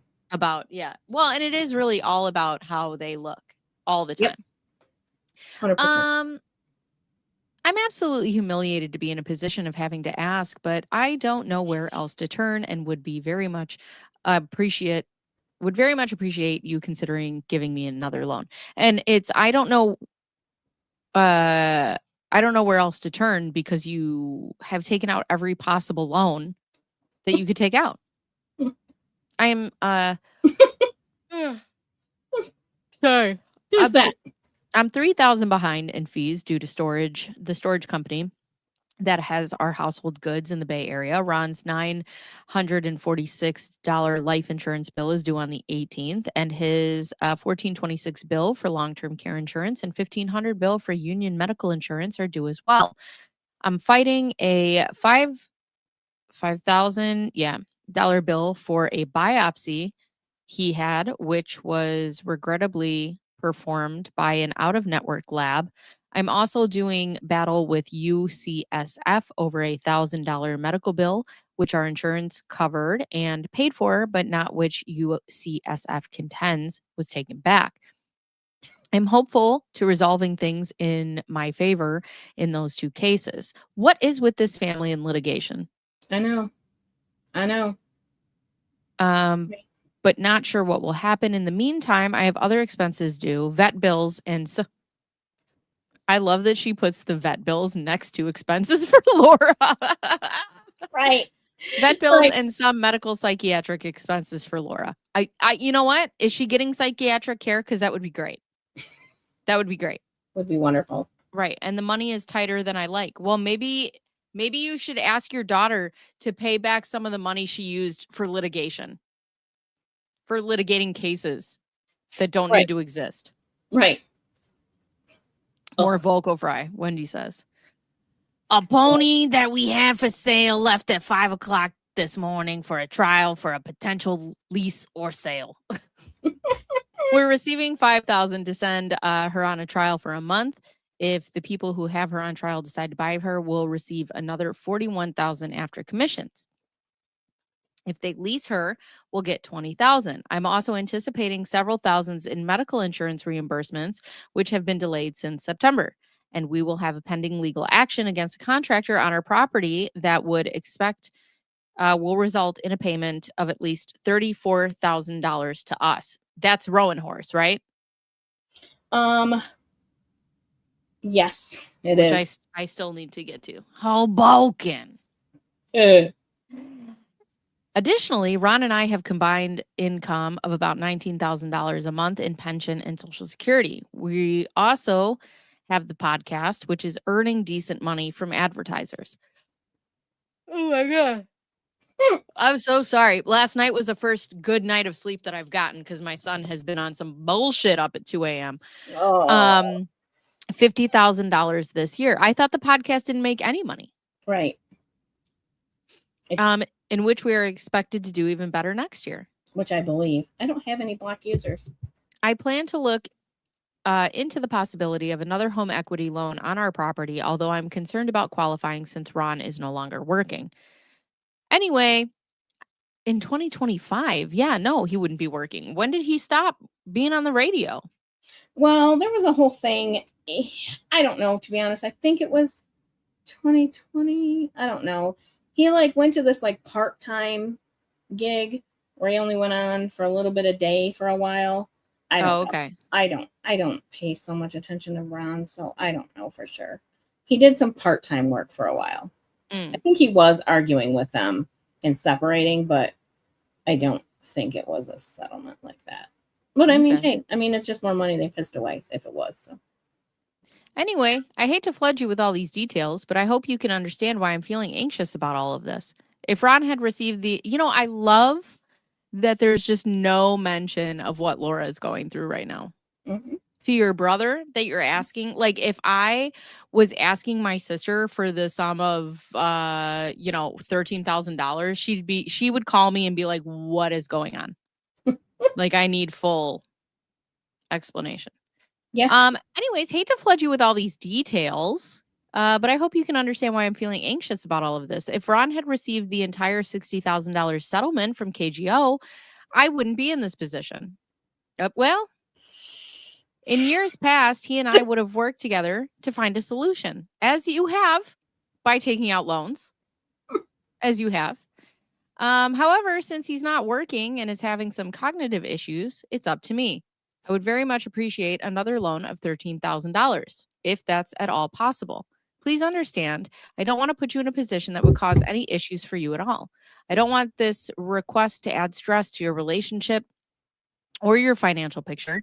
You've already been incredibly generous with your resources, and for that, I will always be deeply grateful.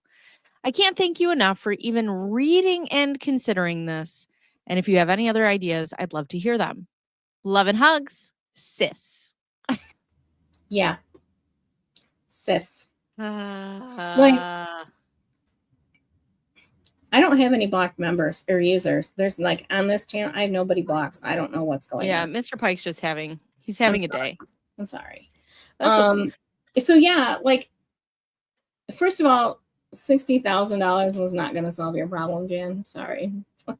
If $600,000 didn't, if $850,000 didn't, if another $600,000 didn't, then $60,000 definitely wasn't going to solve any of your problems. Well, it's also very interesting because this is the email that I read in the voice of Laura before she turns.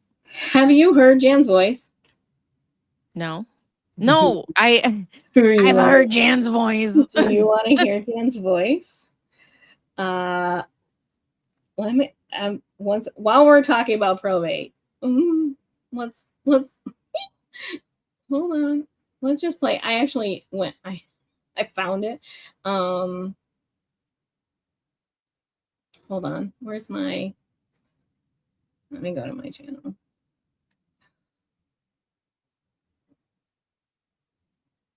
Where's my? So I covered. There was a hearing that the probate case resulted in a hearing, and the case was dismissed because Jan's an idiot. But there was a hearing where we got to really hear Jan argue like Laura. Like, it's wild. I feel like I'm getting ahead of myself because we're going to have to cover this, but I am very intrigued. I'm just going to play it like tiny little clip. No, that's fine. Tiny little clip. Take me with you on this magic carpet ride. Okay, why can't I? Oh, open in YouTube. Ooh, hold on. Let's not do that. Hold on, let's mute it for a second. I have to find the actual, just this little, oof, God, she's so annoying. Hold on. We're going to go to the very end.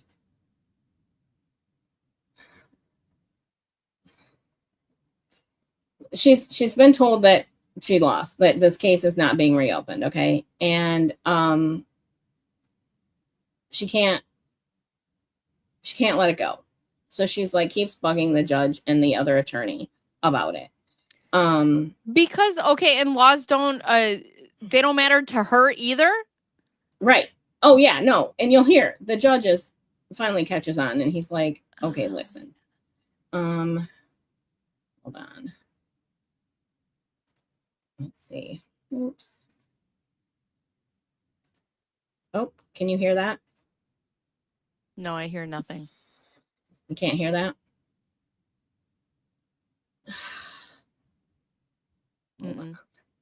I played it during a stream one time. Okay, I won't spend too much time on it. Let me try again. Just 1 second.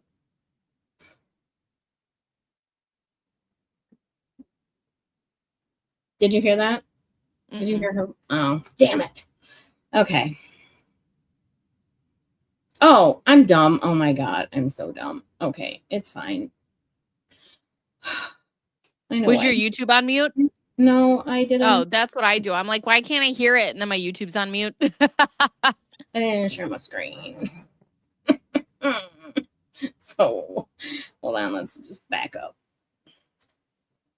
Okay. Jan how was about- trying to use the probate to make the judge make her brother do things that were not probate related. Yeah. Your Honor. Thank you. Ms. Hear now? Naylor Owens, please, any questions Did you hear that?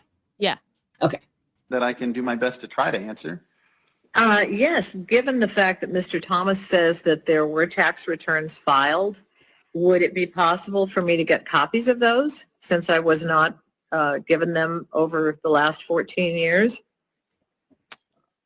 I'm not sure I can answer that question. Did she just call her brother Mr. Thomas? No, it's different. It's the attorney. And then Oh, okay. with, Mr. Thomas. Because I should have been entitled to those, correct? Well, you don't get to cross-examine me, Ms. Naylor Owens, unfortunately. But No, I'm no, Your Honor, I'm asking as a, I'm asking because it was my understanding that I was entitled to those things, well, it depends. copies of the taxes. That's just like a little clip of it. And it's one of my favorite parts because you don't get to cross-examine me. Ooh. And like her whole filing is ridiculous because she refers herself, she has her mother's name. She's her mother's namesake, Elizabeth Naylor Owens, da, da, da. And then she signs into the hearing as Jan Black. Woman, did you forget which mask you're wearing today? Oh my God. Yeah. It's exhausting. And that's the thing, like I've only seen, from what I'm covering, right? We really are holding on a lot to Laura. It's all about Laura. Laura's the main character. And we've gotten into a little bit of Gingras and we've gotten into a little bit of Jan. And I've seen enough of Jan to know that she's a complete enabler. And it's so funny to hear her like that. She sounds so condescending. Mm-hmm. Mm-hmm. And that's exactly what she sounds like the whole time. So I found the other emails. Oh, hold on. I knew they were in here. Here's another one. This is from October. So this is why I wanted to go in order, but it's short-term favor. I love that. Yeah. Short-term favor. Ron's settlement. Okay, let's just be right up front. Listen, Ron's about to have a windfall and everything's going to be fine. Me too. I'm also about to have a windfall of money. Right. So Tiff, if you could just loan me about 10 grand. Short term. Like a payday loan or hard money loan, that kind of stuff. I'm about to come into some money. Yeah. So here we go again. Hi, Mark and Dale. I hope you guys are having a great day. Ron agreed last week to a $60,000 settlement with the station, which will net $40,000 to us. Okay, that's okay. Anyway. Wait, This is before the one we just read. But wait, if you're getting a $60,000 settlement, why are you only getting $40,000 of it? Good question. Okay. Ron made a bad deal, homie. Yeah. I expected the money to be paid in a few days, but Ron's attorney says the company has 30 days to pay it, so we may not get it until October 27th. Spoiler alert, you didn't get it then either. As a result, I wanted to ask if it would be possible for us to borrow $5,000 to $12,000 until the end of the month. Let's pause for a second. Think about what a swing of money that is. Oh, yeah. You either need $5,000 or you need $12,000. Which is it? Because that's a big difference in money to me. Yeah. Right? Like it's double what you're asking. Right. So why would you? And so I feel like she's saying, hoping for the best, expect the worst kind of thing. 5 to 12. I absolutely hate asking you for any favor like this, but it would even really though I'm going to help. do it multiple times. It's fine. We also have a pony for lease and sale in Southern California for $35,000 to $55,000. Again, a big swing of money. This tells me that you don't really do this. Like you're not hands-on if you think that's the swing. But anyway. It's just so funny about asking this from money from siblings. And I know that people do it. And I know that, siblings come around and whatever. If my siblings came to me, like, we would try to help to the best of our ability. Yeah. My husband won't tell a girl who works at a restaurant that he doesn't want tomatoes on his hamburger and would he would hate eat a hamburger before he would ask for a new hamburger. Yep. The way he would kill himself before he had to ask somebody for $60,000 or whatever $1,000. There's no way. And she's just like shooting off these emails like it's no problem. Yeah. Yeah. Oh, good point. Okay. Bigo Cat said on slight delay, 60,000 settlement and only 40,000. Okay. Yeah, that leads me to believe the attorney took the case on contingency. That's a good point. Yeah. So I'll allow it. But then what? But why would you tell the brothers that the $60,000 settlement? Just be like, we got 40,000. Right. No, 60 sounds better. Right. Oh, and it's funny because 60,000 is exactly how much she ends up borrowing from him. Ironic. Anyway, horse stuff and time crunch and settlement papers have been signed. This is ironic. I'm on my way to get my taxes done now. So hopefully we'll get a refund from those as well. Bitch, it's October. What?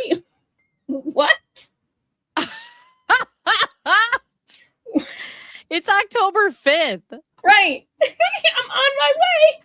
You are about 7 months late, my guy. Okay. Can't thank you enough for considering this, and I hope you know that I never wanted to have to ask you for any help like this again. Even though I will.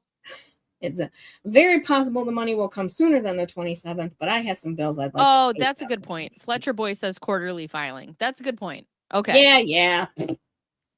I'm not giving her any. It does make sense. Fletcher Boy is very reasonable. And that actually makes very good sense.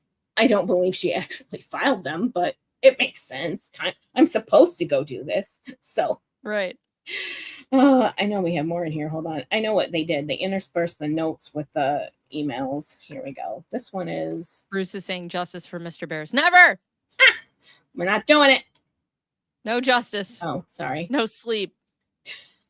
Oh, do we know if they were ever paid back? No, they were not. That's unbelievable. Yeah. This is July of 2022. Hi, Mark and Deal. Just wanted to say thank you for doing the loan yesterday. It helped more than you can imagine. I was feeling like I had the weight of the world on my shoulders, and that certainly eased it. I am so looking forward to paying you back soon. Literally, your words mean nothing. Hope you guys are having a great weekend, secure in the knowledge that you are wonderful people who are loved very much by me. Oh good. My God. You're loved. If you saw the email, the demand letter she wrote to them, what? Let's say 13 months after this. Oh, wow. It's awful. She accuses them of the worst things. I got time. Okay. Well, let's just hold on. Let's just make sure we don't have. I thought we had one more email, but maybe not. Bruce says it's just a minor delay on their taxes.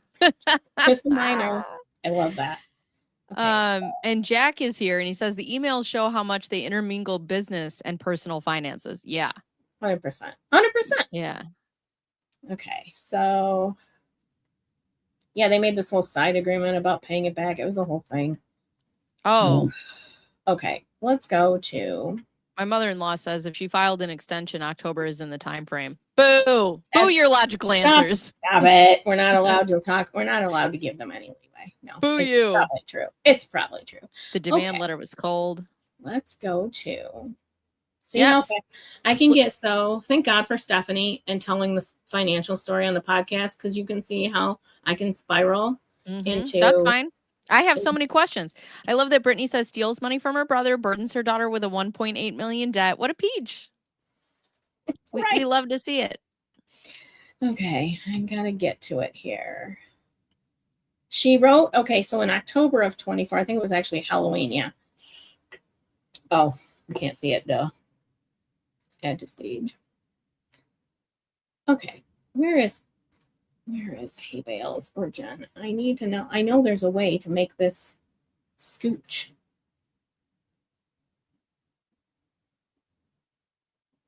Via certified letter? Yes. That's how you Because, know it's hateful. and like, okay, Jan, we get it. It means like you're so serious. Um, And their full names. I like it.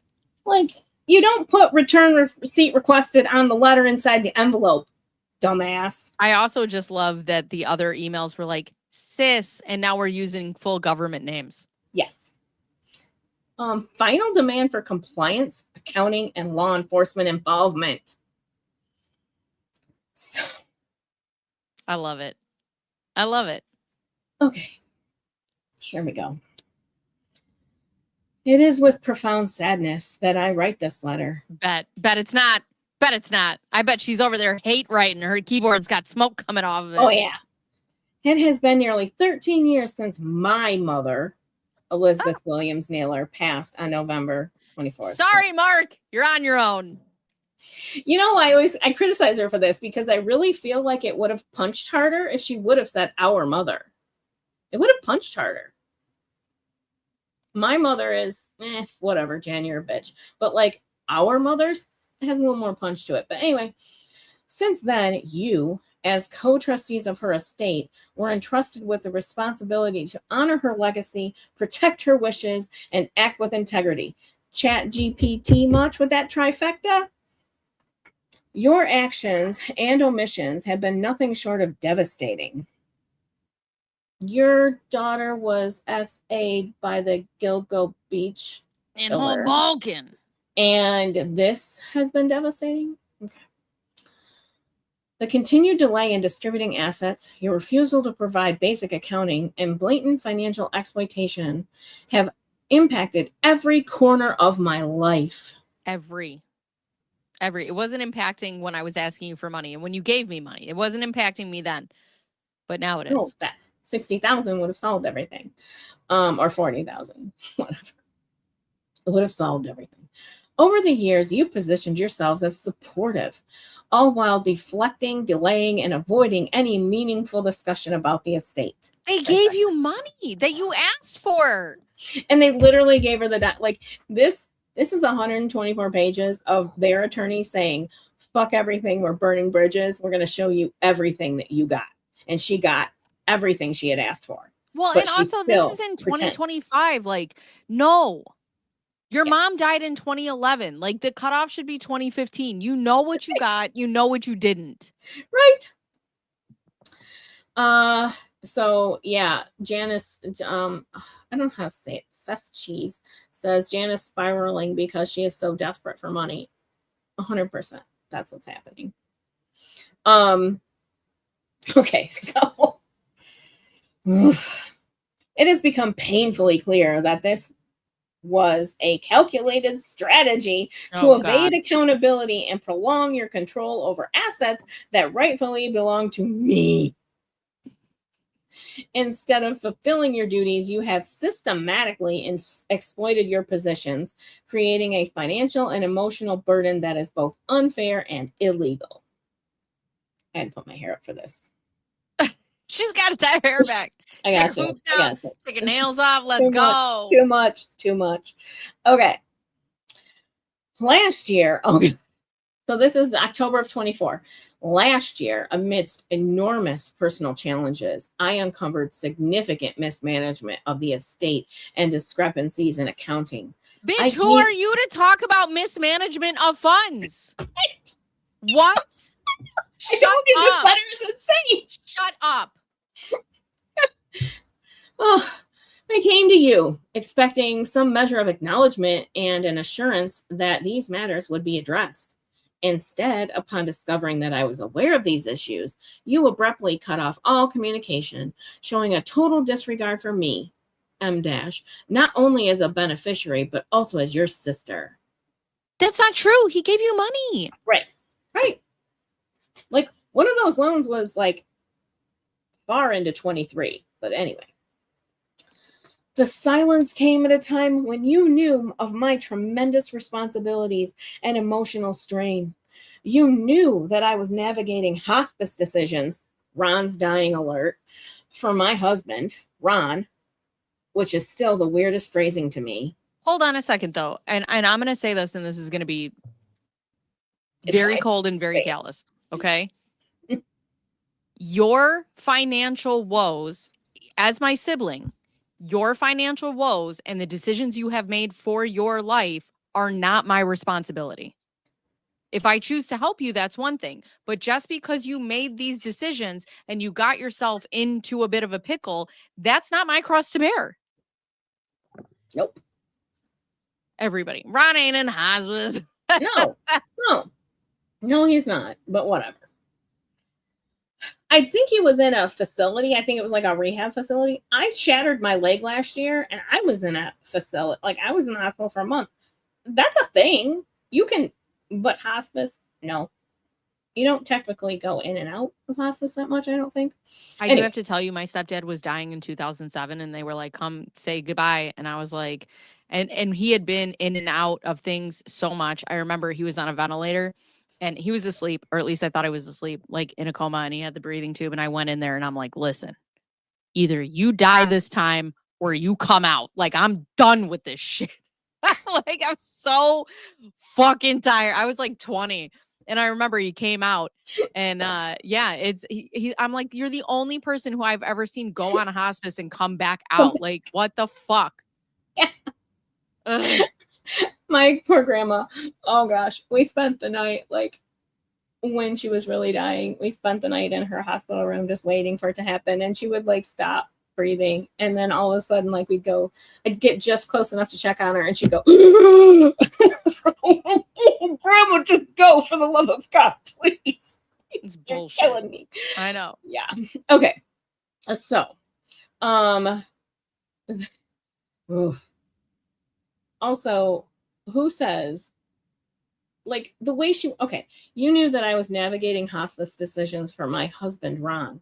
Like, he's never met Ron. He doesn't know your husband's name is Ron. That is such weird phrasing to me. I don't know why it bugs me, but it makes my brain itch. My daughter, Sarah, in case you forgot. Right.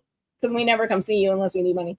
Was preparing to welcome a baby into the world. And that my other daughter, who's a felon, daughter, soon Laura, to be, was recovering from a traumatic SA and battling severe depression. Oh, that's what it was? She gave the Hoboken story to her brother for sure. That's what it was? Yeah.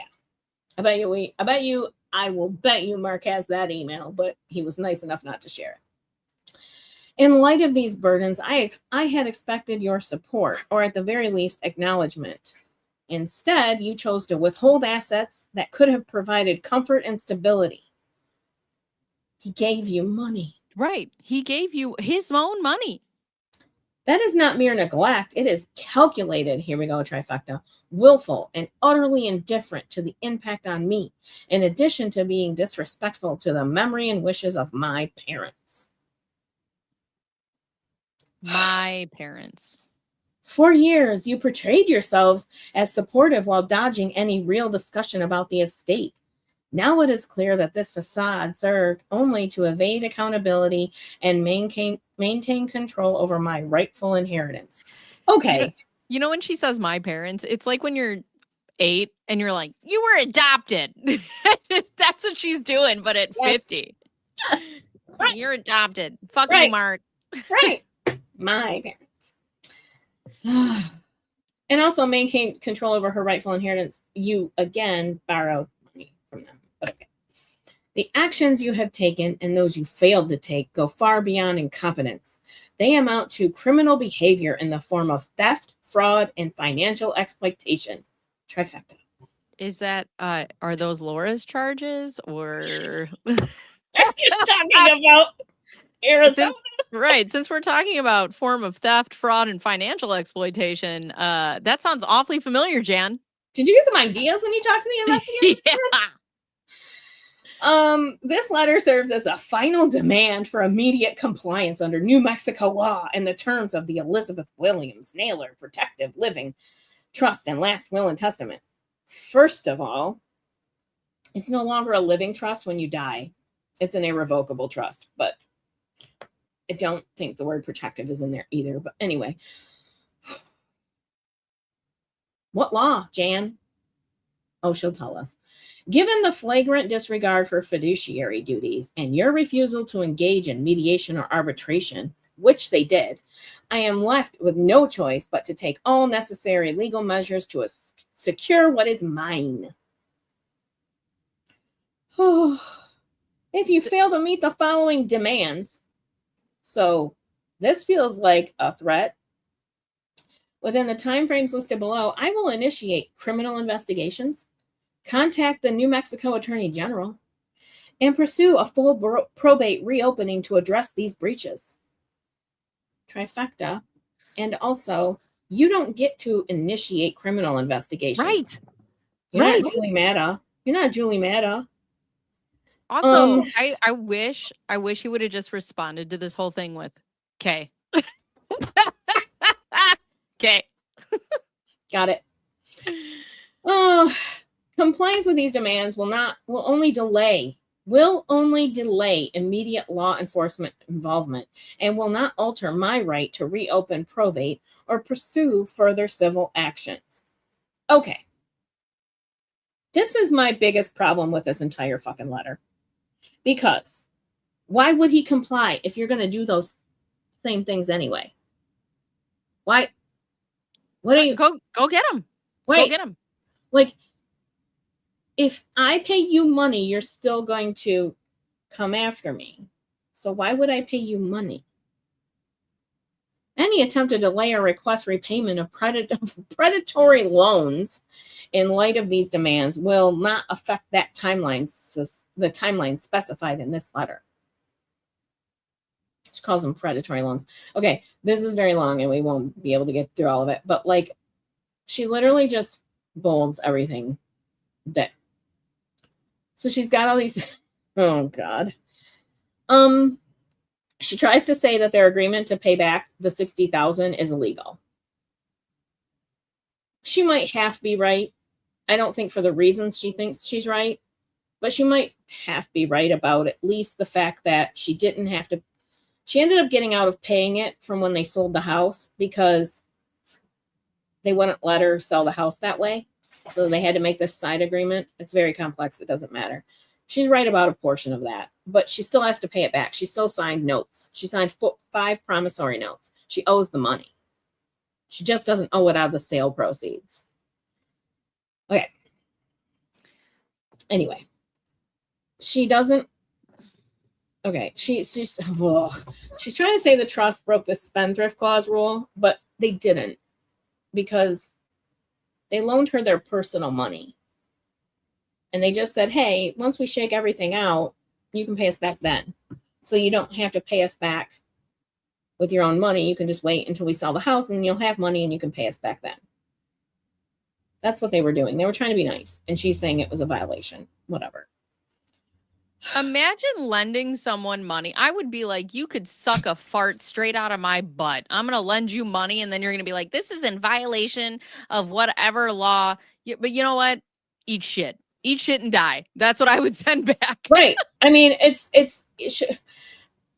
they gave her these, like in the documents, they gave her the accountings. They gave her everything she's talking about here.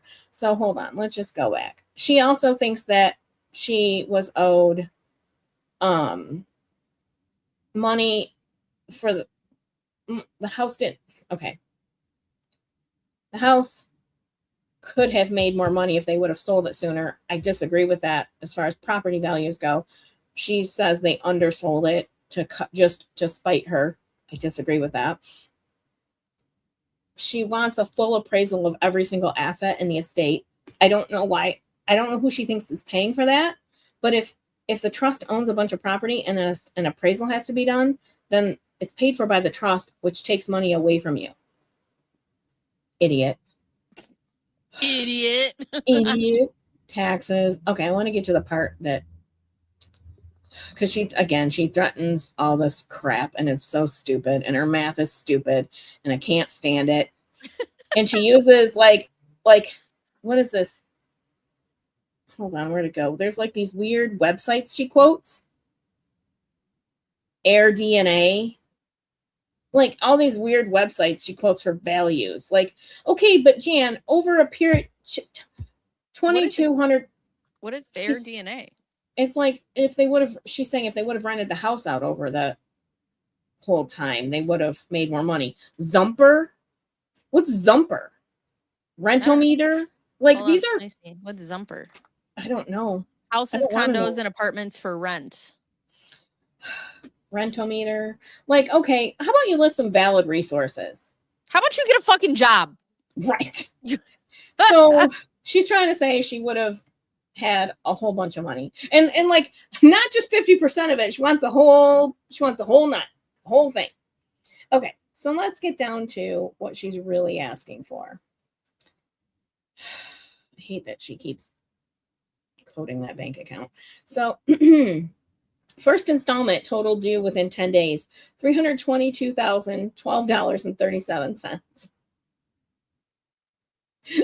Second installment of devaluation loss and rental income loss is $322,012.37. That's within 30 days. So a total of within 30 days is $590,214.87. And how is she getting these evaluations? You saw Zumper. Zumper, obviously, duh. Get on the Zumpa, bitch. Right. Like she doesn't, and she's also using like some video from 1989 where her dad videoed the like furniture and stuff, but she wants it all appraised individually. But they did an appraisal, like they if you could, I'll show you. They did one. It's very detailed. It's annoying because it's so detailed, and I hate looking at it. Every time I look at it, I'm like, ugh, who wants to read all that? It's not the one. Oh, this is where he told her exactly where the fucking storage unit was. Okay, sorry. Hold on. She paid an attorney at one point. Like, okay. And that's all fine. You want to get this stuff appraised? You want to pay an attorney? Then you do that. This is the one where he told her exactly where the storage unit was. This is one of the sheets. There's more, but this is one of the sheets of the assets. So it's like portrait, blah, blah, blah. Tony Robbins and Zumper is how you get pink eye. Oh my God. Oh, boy. Okay. Like, there's all these things, and they did have a break-in in the house. She has a conspiracy theory behind that. It's fine, whatever. They didn't. The guy from Hoboken. Right. But there was some stuff. But she did get, like, she got some things. It doesn't matter. The whole point is they went through and they had all this stuff appraised. Like, they did what she's saying they didn't do. They gave it. And even the probate judge was like, yeah, they gave it a proper accounting of estate assets, and it's sufficient. Like, go ahead, try. Like, this is detailed. Am I wrong? So, okay, so they go to court, right? Yeah. And this all shakes out. And obviously it goes in their favor. Yeah. But again, does she have to pay for their attorney fees, or they're just out that money? Nope.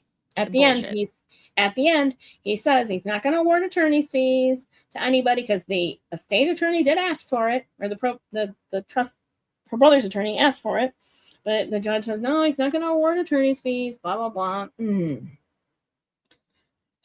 It's frustrating. So she's got like, this is the accounting she didn't have, a detailed accounting of where everything went.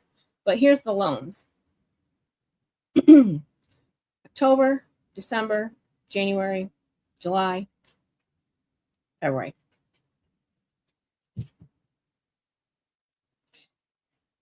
Like, this was after that $600,000 mortgage equity draw they took out. Yeah, not only that, the like fact right after. Oh wait, that's with interest.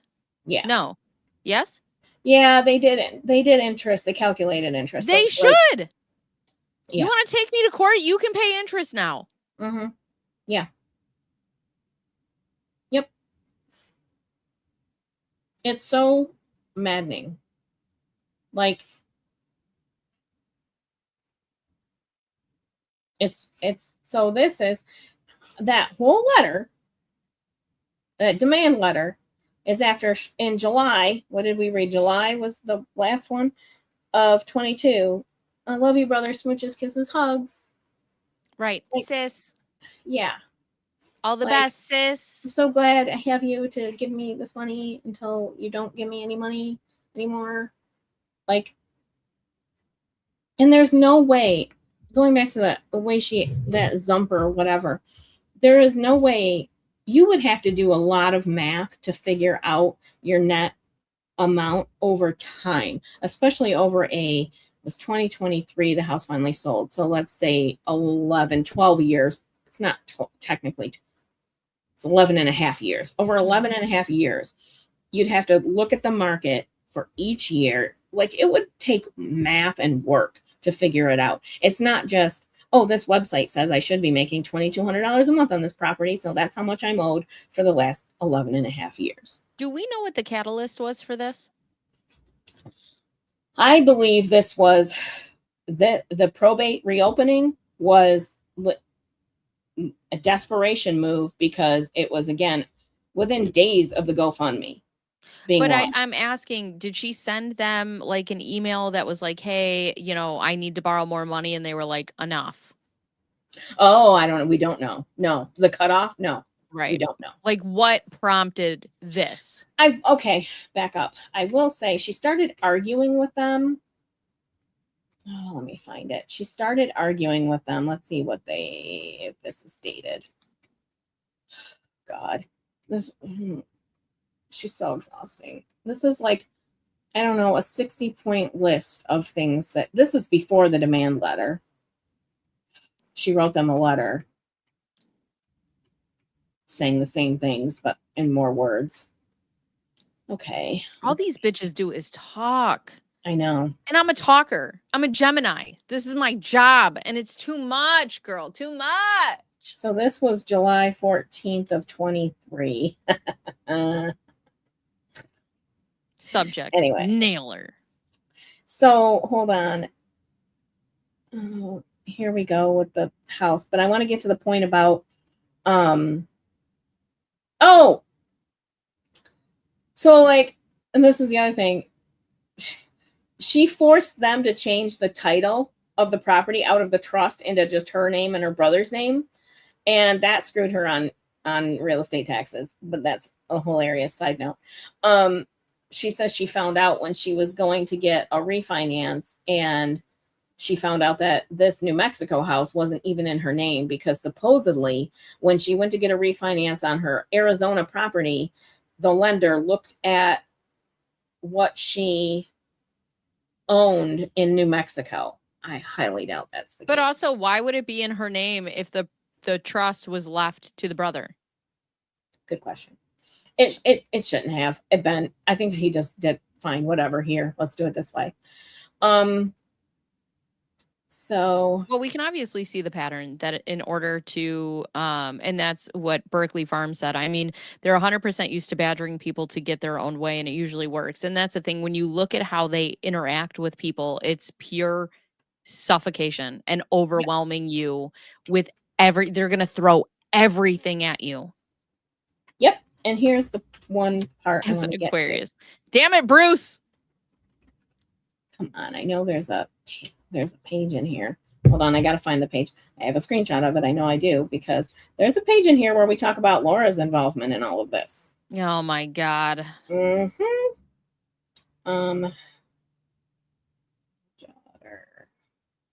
Got to find it in my screenshots to find the page number it's on. Oops. At this point, I wouldn't doubt that she says that somebody did something somewhere. I'm not sure what surprises me anymore. So here it is. Section 35. Okay.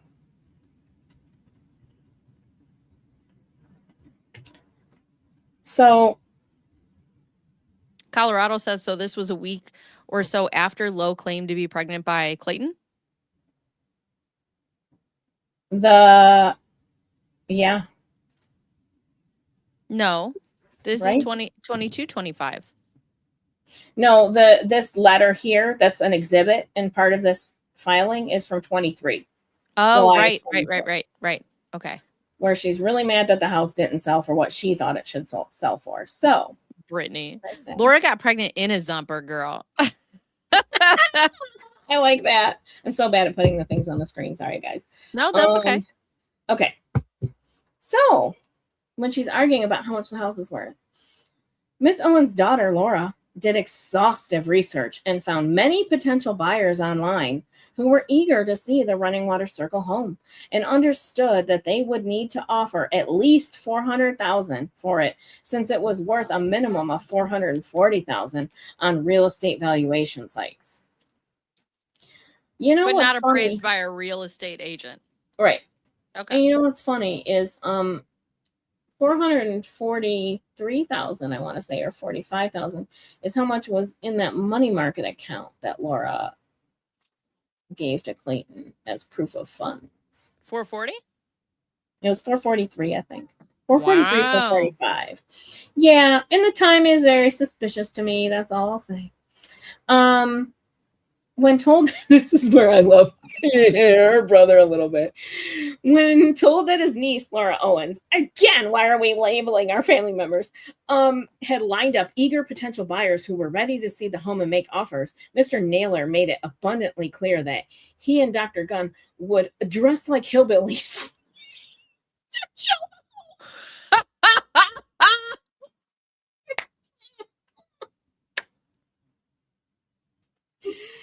It's like that scene from Step Brothers where he dressed up like a Nazi.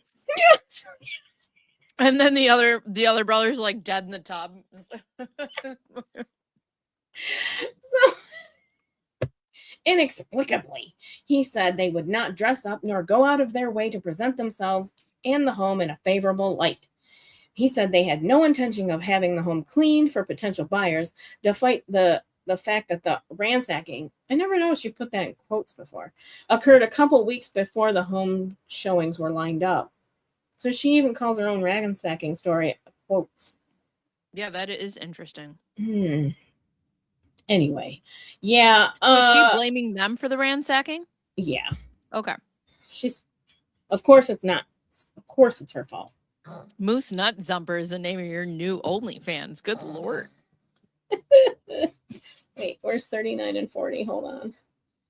After the home showing, Miss Naylor said she had received offers to purchase. Mr. Naylor said he had received offers to purchase it, but he did not send any of them to Miss Owens for her perusal.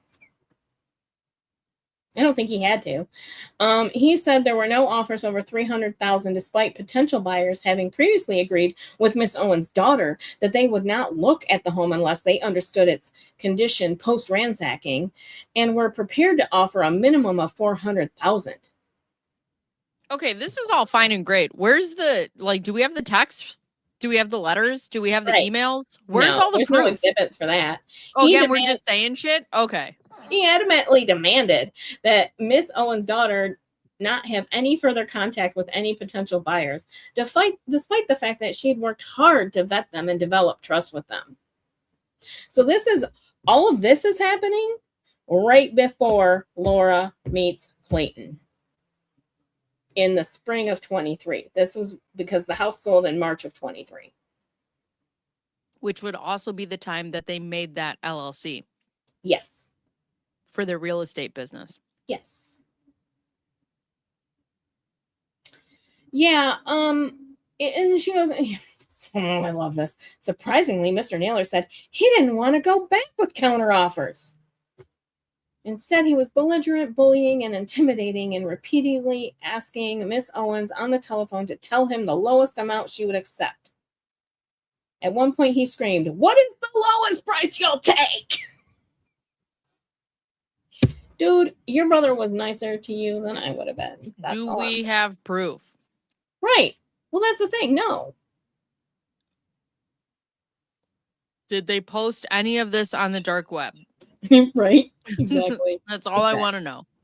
Like, they legit lost out from that sale because they didn't get any of the money she owed them out of it. They didn't even get the opportunity to split the expenses they had put into the house over time. So they paid for the taxes and maintenance and all that stuff out of their own money. They funded the trust out of their own money, and they didn't even get that back. Now, was that a bad move on their part? And maybe they shouldn't have done it that way. Maybe. But she got her half. She got more than her share. And she still wants them to pay her $590,000. Like, why is it always $600,000, Jan? Bruce Why do also asked, was Jan going to use Laura's $450,000 money market account to prove that somebody wanted to buy this house? Right. Maybe she did. Oh God, it's thunderstorming. I'm gonna have to give my dog Sky Boom gel. You're fine. If you gotta go, you let me know. No, I'm okay. She'll be fine. So, because a couple of people are asking, and also I want to know what happened with this house. This house was sold, I think, for $320,000 or $340,000. Okay, but they lost out on it because they waited so long. No, this house was the mom's house that they held on to. And yeah, Jan's argument is they lost out on money that the house could have earned because they waited too long to sell it. But really, the market was at a really good high in 2023, and it was not in 2011. So I don't know. But also, they waited to sell it because she wasn't cleaning out her crap. Right. She wasn't. That's my assumption. We don't know, but that's my assumption. Oh, okay. Yeah, okay. We don't know because she repeatedly refused to get her stuff. She still hasn't gotten her stuff to this day. She hasn't gone and gotten all this on that list of things that they've put in temperature controlled storage for her. She still has not gotten that stuff.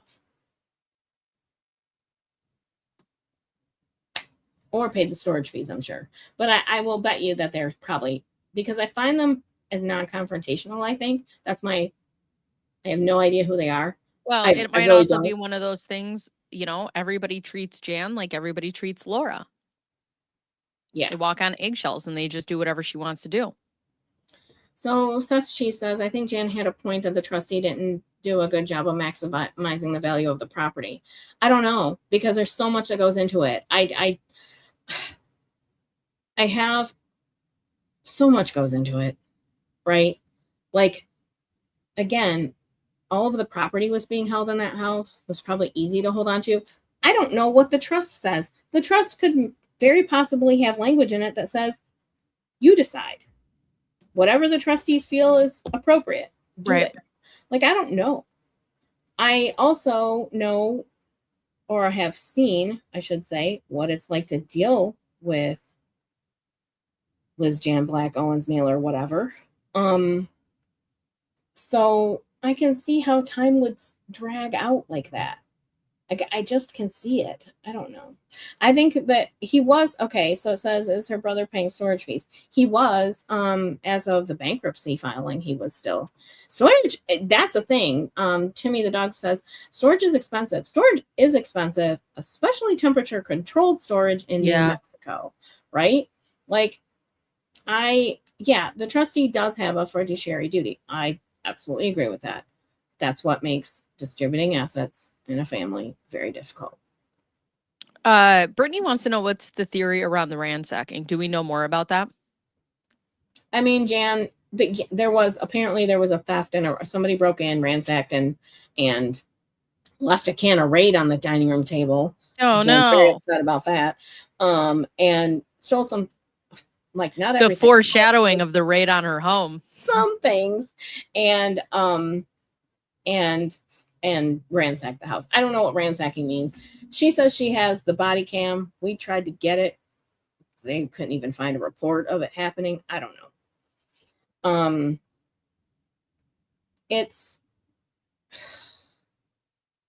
don't know. I feel like, if anything, her brother is non-confrontational, and that was to his detriment in how he handled it. That's all I'll say. Because I don't know him. So it's hard for me to say what his motive. Maybe he's a jerk.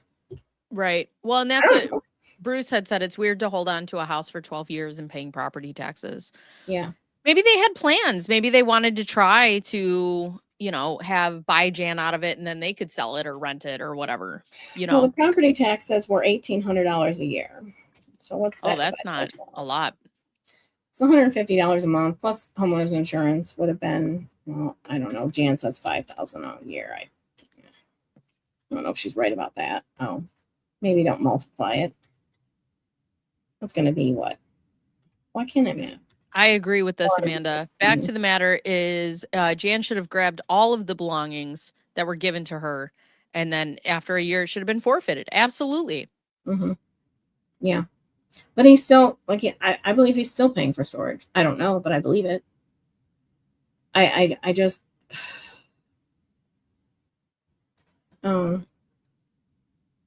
he says, hey, I can think she somebody- knew they were coming, but they told her it was going to be during business hours. Yeah, I do believe that she had a heads up. I absolutely believe that. That day? No, I don't know about that day, but I believe they knew it was coming. I really Who would do. have told them?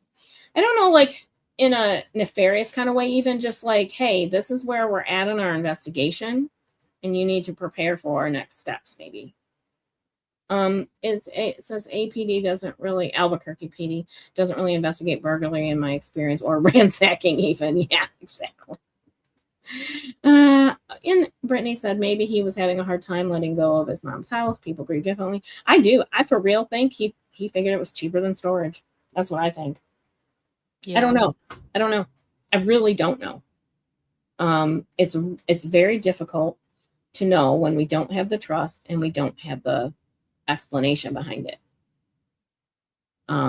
So yeah, we devolved into a whole separate sideshow, but that probate case is wild because like you see her go from, oh, my sweet brother, thank you for the monies, to I'm going to burn everything down. Yeah. If you don't pay me more monies.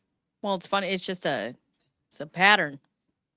Yeah. Seems to be a pattern. It is a pattern. It's absolutely a pattern. That letter is disgusting, in my opinion. Allegedly, it's yeah. This is like, okay, she just flat out lies. No EIN for the trust was been provided. It literally was like she was given the information. So I don't know. She's unreasonable. It's funny because Laura isn't about the money. Right. I don't think Laura wants she doesn't have an obligation to do with the money. But right. Jan does. Do you think Jan helps her pick out these men? Yeah. I do think that. I think that because I think she learned a lesson with the first guy that she shouldn't go after somebody who has enough money to have an attorney on retainer. Right. So like she had to go in that window of somebody who has a good amount of money but not enough to really fight her. Yeah, so no thanks. Okay, says I wish they'd just leave people alone. Yeah. But they won't stop. I mean, that's what everybody wants, right? Right. Just leave everybody alone. But they are not gonna stop. Yeah, Elgic God. The motivations are different, but the patterns are exactly the same. Yeah. The wording is the same, the emotion is the same. The chat GPT input is the same, and the output. It's the, that you can tell, like I said, it's the trifecta language. It's got to be three things that, and it's always civil, criminal, and whatever. Like, come on. So in the case, okay, in her 14 felony charges, in the back 7 of them, one of the charges is related to Greg. I believe it says that even.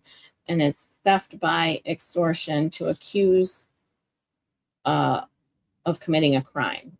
So. Oh, right. Because she committed him, or I'm sorry. Threatened. She said that he committed abortion coercion. Yes. And right. I also think that it has to do with her constantly threatening to file DV charges on him unless he cooperates with her. Right. And so I feel the same like pattern with Jan in this: pay me money or I'm going to file criminal charges on you.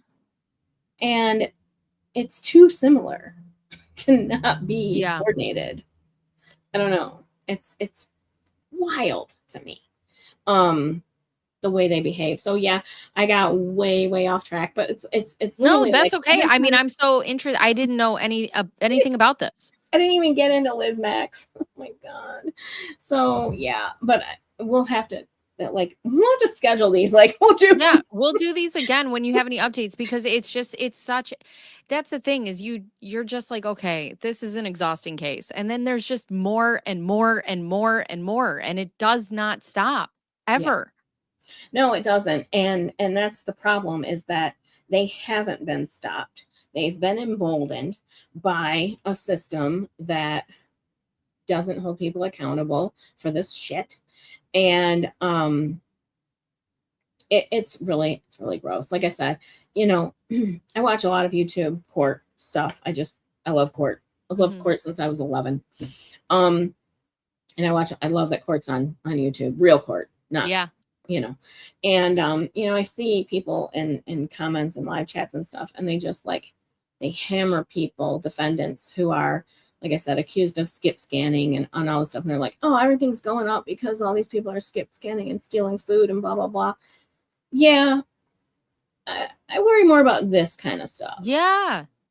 This is insane. This kind of stuff is really, really gross and does have a direct effect on our pocketbooks. Like the mortgage company losing money has an effect. That has an effect, and it's a traceable pattern. Even it's so anyway. I wanted to touch on one more thing. So, because I did promise people we would talk about, so the foreclosure auction is scheduled for Tuesday. It's still on the schedule as far as I know. Do you think nothing's going to happen? I don't know. I'm at one of those spots where I don't know. Their options are limited. I don't think they have resources because their options are to pay everything that's past due and bring the mortgage up to current, but they've got to do that by at least maybe 2 days before. So and what do they owe? My estimation is I think 170 something thousand to get it caught back up just to normal, just to even. And then move on to next month. Right. Another 14 grand is due next month then. So that's a problem. Or they can try to file a lawsuit at the last minute. It has to have grounds, and I don't see that being a successful option for them. And they could file for bankruptcy again and get an emergency stay and delay the inevitable. But their options are just quite limited. They could pay the whole thing off if they sold the house and paid the whole thing off. They could do that too, but that's not going to happen either. Al Jakad said, is the sheriff's auction public? Yeah, I mean, I don't know it's publicized, but it is public. It's literally like in the Maricopa County courtyard or whatever, the courthouse courtyard. Yeah, so Timmy the dog said, but they have GFM and over a year of not paying squat. I agree with you. I just don't think that they, as we've seen, have very good instincts in terms of self-preservation and saving money, right? Like there's no 80-year-old people, well, like Jan's younger, but still, on a bankruptcy case where all of their finances are laid out, don't have one investment account. Even Laura had an investment account, she reported. There's not one investment account. I want to know where this money went. And I mean, it's funny because, I mean, they really, aside from the house, what do they have to show for it? It's not like they have a second house. It's not like they have these crazy cars or boats or whatever, and that's the thing is like, gambling sounds, I mean, maybe not now because he's old, but I don't know. Well, I don't know if Arizona has online gambling or not, like we do in Michigan. It's a problem.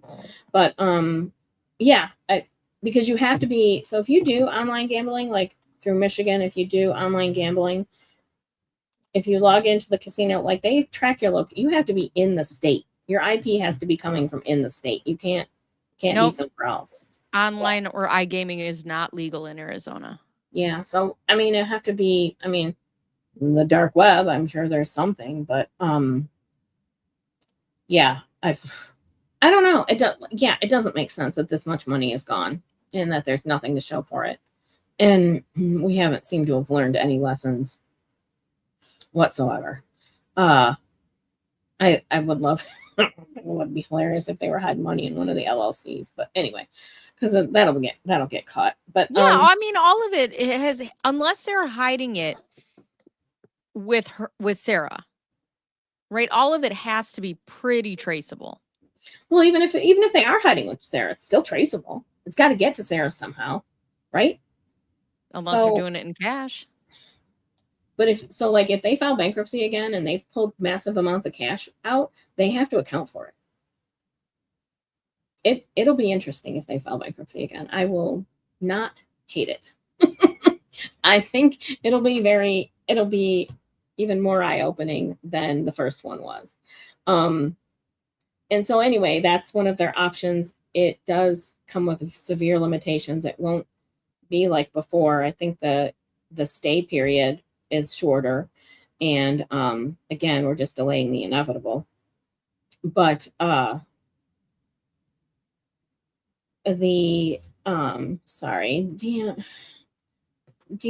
said, do we have another source of information that Ron had a gambling problem? In Montana, there are casinos everywhere. It's just public speculation from what I've heard. Speculation. Even I believe there were sources like from people that used to work with him and stuff. Like he liked to go to the racetrack or whatever. But I mean, I don't find that. I don't know that equals a problem. Just because somebody did gamble in their life, I don't know that equals a problem. Right. Yeah. So I don't think gamble.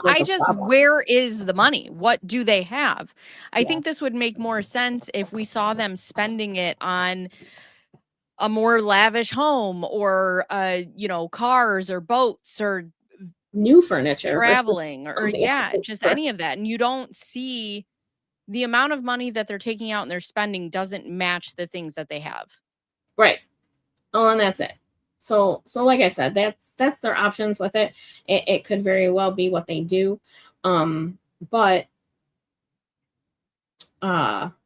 after, let's say it doesn't, they go through the foreclosure, the auction happens, then the eviction process begins. And that can take, it depends. It's up to the buyer who buys the house at auction, but it can take like 3 to 5 weeks to be completed. It depends on, because they actually have to go through a court process, and it depends on docket loads and all that kind of stuff.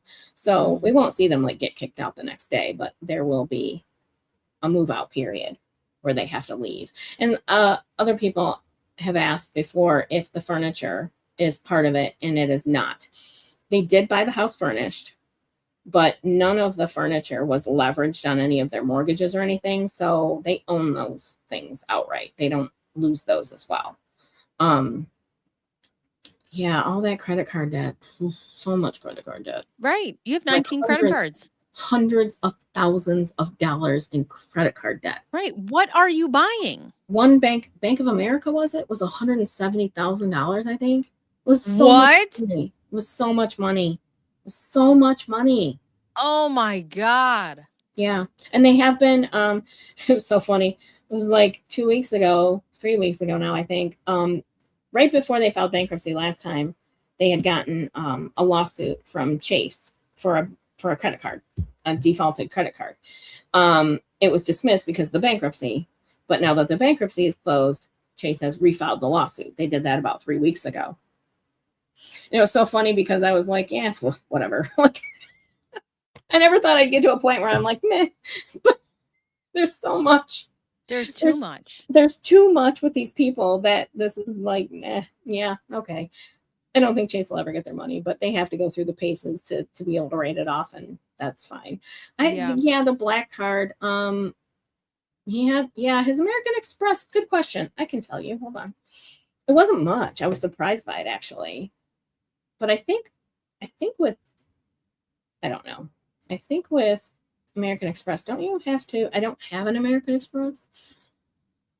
I don't have a lot of credit cards because I just don't, but I do have some because it's so Uber Eats, DoorDash, and Grubhub. $170,000 in Grubhub. The way the system rewards credit is obnoxious. We've just so for most of our lives, we didn't use credit. Like we just paid cash for things. And I was like, why are credit scores so low? Because when we paid off the house, it really hit me. I'm like, what? Because we had built them up. Like we started using, and I'm like, what?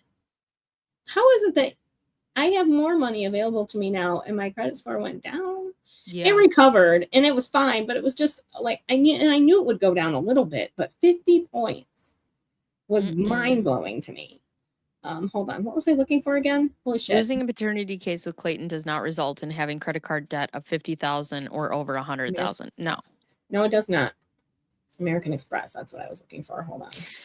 BaconBearzz. They are buying lawyers, Botox, HCG injections, cool sculpting, Victoria's Secret, new clothes or undies. And they don't wash their clothes. Horse, food, and husbandry. What's husbandry? I think it's taking care of horses. Oh. Yeah.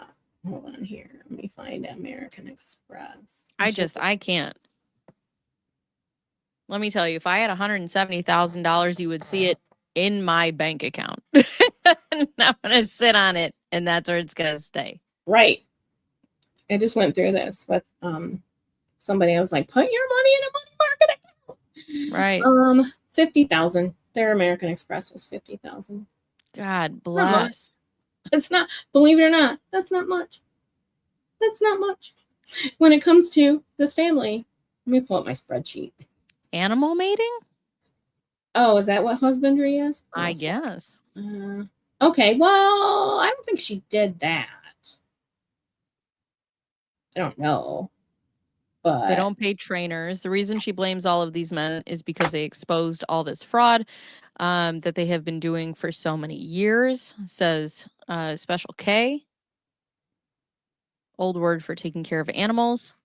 That's what I thought it meant. I don't know. Oh.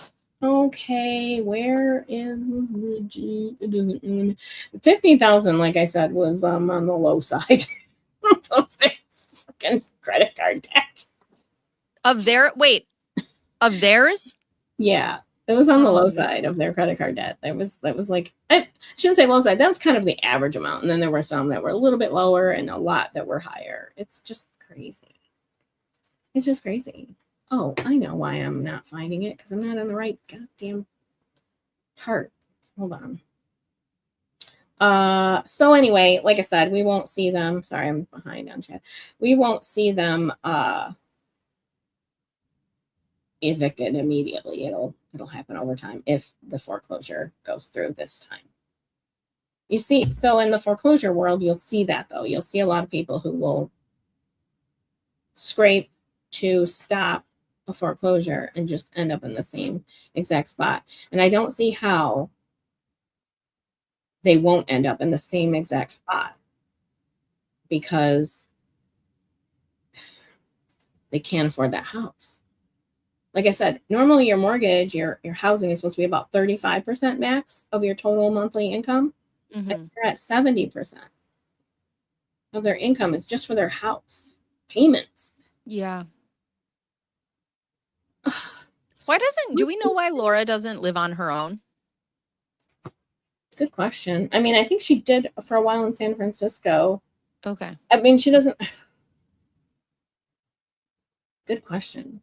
I think somebody had said this in the comments earlier, and I'm like, they had said, could you imagine being Sarah and your sister just lives with your parents and doesn't have a job?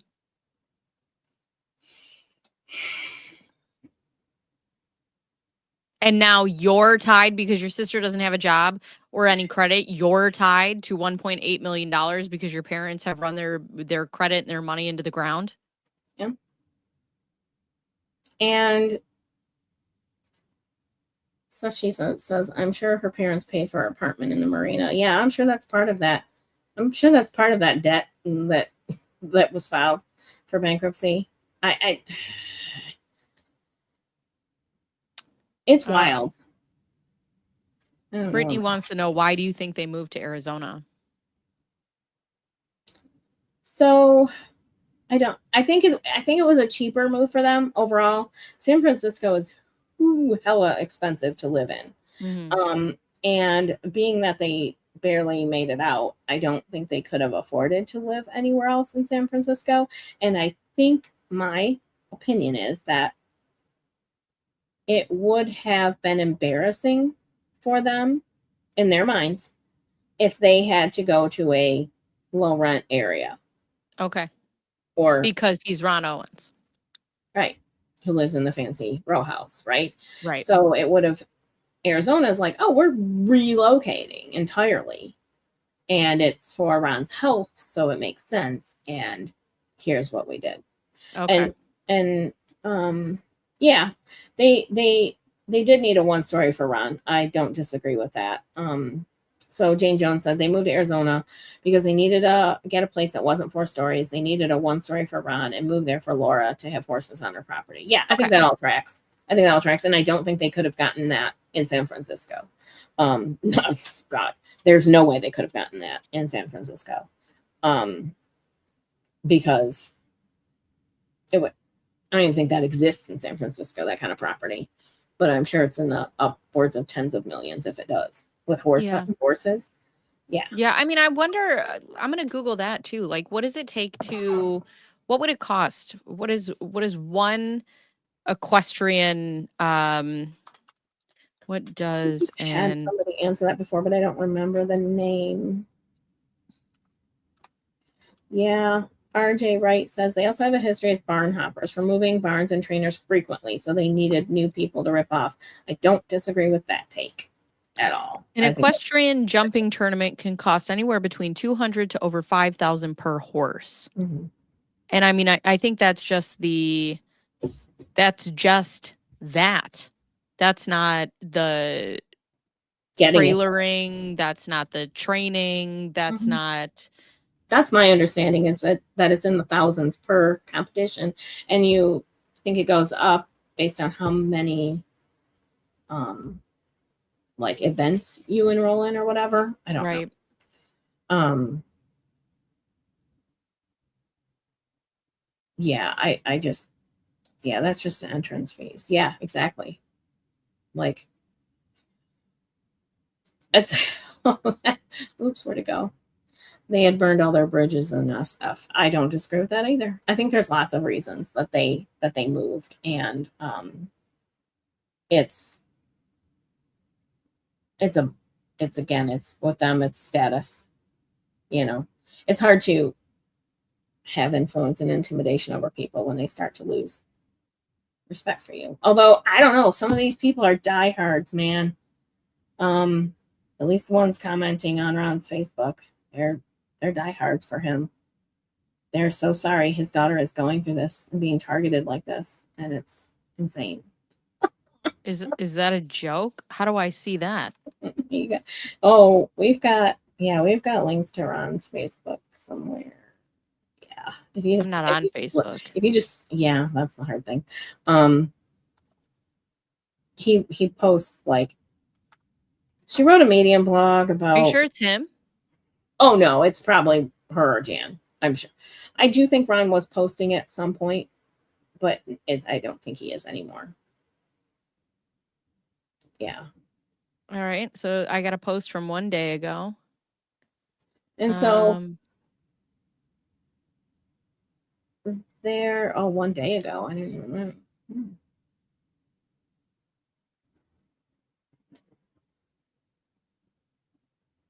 Yeah, I don't see. Oh, do you want to hear? Well, I have something good. So RJ Wright will remember this. So he asked, are we 100% confident Ron was in the hospital when Jan used power of attorney for the last loans? It was the second to last loans. That was the 2023 loans. And it doesn't matter. Even if he wasn't, she had valid power of attorney. So that part is not suspicious. But you know what is the notary signature on the mortgages. Hold on. I'll show you something. I probably have a better picture of it, but so Sarah and Christian signed in New York. When they lived in New York, they signed these mortgages. So like the stuff was sent out to them and they had to sign in New York. Okay, so oh, should have just pulled up ATV. No, this was 2023. They used the same notary. for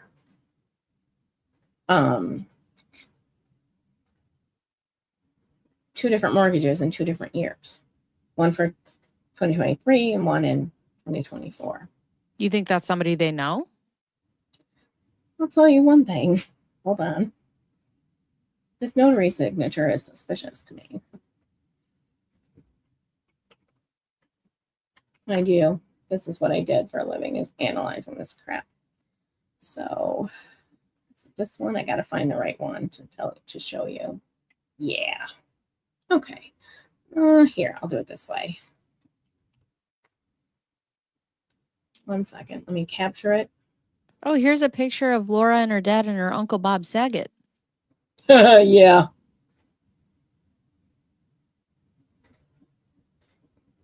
Yeah, they love to flaunt that. Oops, hold on here. I'm just pulling these up on the same spot so you can see. Come on. Okay, let's just upsize it.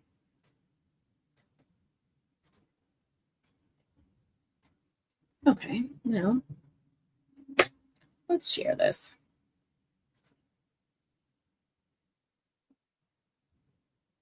I don't want to share the whole window. Hold on. Her sister looks like a Kardashian. Sorry, guys. I'm going through these pictures now. Yeah, there's one picture that she edited of Sarah that's so bad. It's so bad. Oh, hold on. Let me pull this over into my drive. So You can't. This is why I can't be on Facebook, because I'll just fall down the rabbit holes. It's very easy to do. Very, very easy. I'm like, well, then what are these people doing? Yeah. Okay, hold on here. There's a lot of pictures of him and Laura on here. Yeah, it's a lot of Laura. A lot. Okay, come on. Seriously? Copy. Oh, I know what I can do. Okay, Yeah. I gotta get off here. Sorry, friends. Well, I'm being quiet, but I'm looking for pictures of. No, you're fine. We doubted it was Ron, but then he released a video with him in a chair with his phone and said, "Yes, it's me." Oh yeah. What was that? Yeah, that was last year or the year before. Last year. Yeah, he was like, and it was weird the way he said he was like, "It's me." Oh God, it was weird. It was a weird little video that he did. Hold on, let me show you this. Share screen. Off topic, but I wanted to say that I could listen to BigTiffDog and BaconBearzz all day long. You two are great together and have kept my interest through the whole stream. I'm just glad. I know nothing about the money. Hi, Buffy. It's ticking me off. I don't want to show it this way. Hold on. Jesus. It was a proof of life video, somebody said. It was. It absolutely was, because there was like this whole theory about Ron and whether or not he was the one posting things. But the thing is, like, it didn't solve anything. It didn't prove to us that he was the one posting things. It actually made it worse, because it didn't look like he knew exactly what was happening. Although I will say, I don't subscribe to the theory that Ron doesn't know a lot. I think Ron knows a lot. And that's just how I feel. Okay. I wonder if Ron is just like, I'm going to be out of here soon. Like, right. You know, it's whatever. Yep. I think absolutely. Okay, let's see if it'll let me share it this way. God, this is annoying. Okay, well, close that. I've got too many things open. That's part of my problem. Okay, let's try this now. Share screen. Oh my God. Yeah, this will work. Okay. Does that look like the same signature to you? No. Right. But it's supposed to be. That's the notary on 2 different dates. Yeah. This, I mean, it's clearly not the same signature. Like, it's not even close. No, you didn't even try. You didn't even try. Like, the only thing I can think of is if maybe the notary had a broken arm for one of these signatures and then healed. But this is not the same signature. But nobody cares about this stuff. So this is the kind of stuff I would see in my job all day. Well, I care about it. I know. I care about it. I have reported fraud when I've seen it, when it's been egregious. But like, people don't care. People don't care. They don't, like, a lot of times I could see that fraud happened and nobody cared. It was crazy. I had Maybe he decided to write with his toes. He was like, listen. it's like, yeah, I don't know. So just so you know, the one on top is the older one, and the one on the bottom is the more recent one.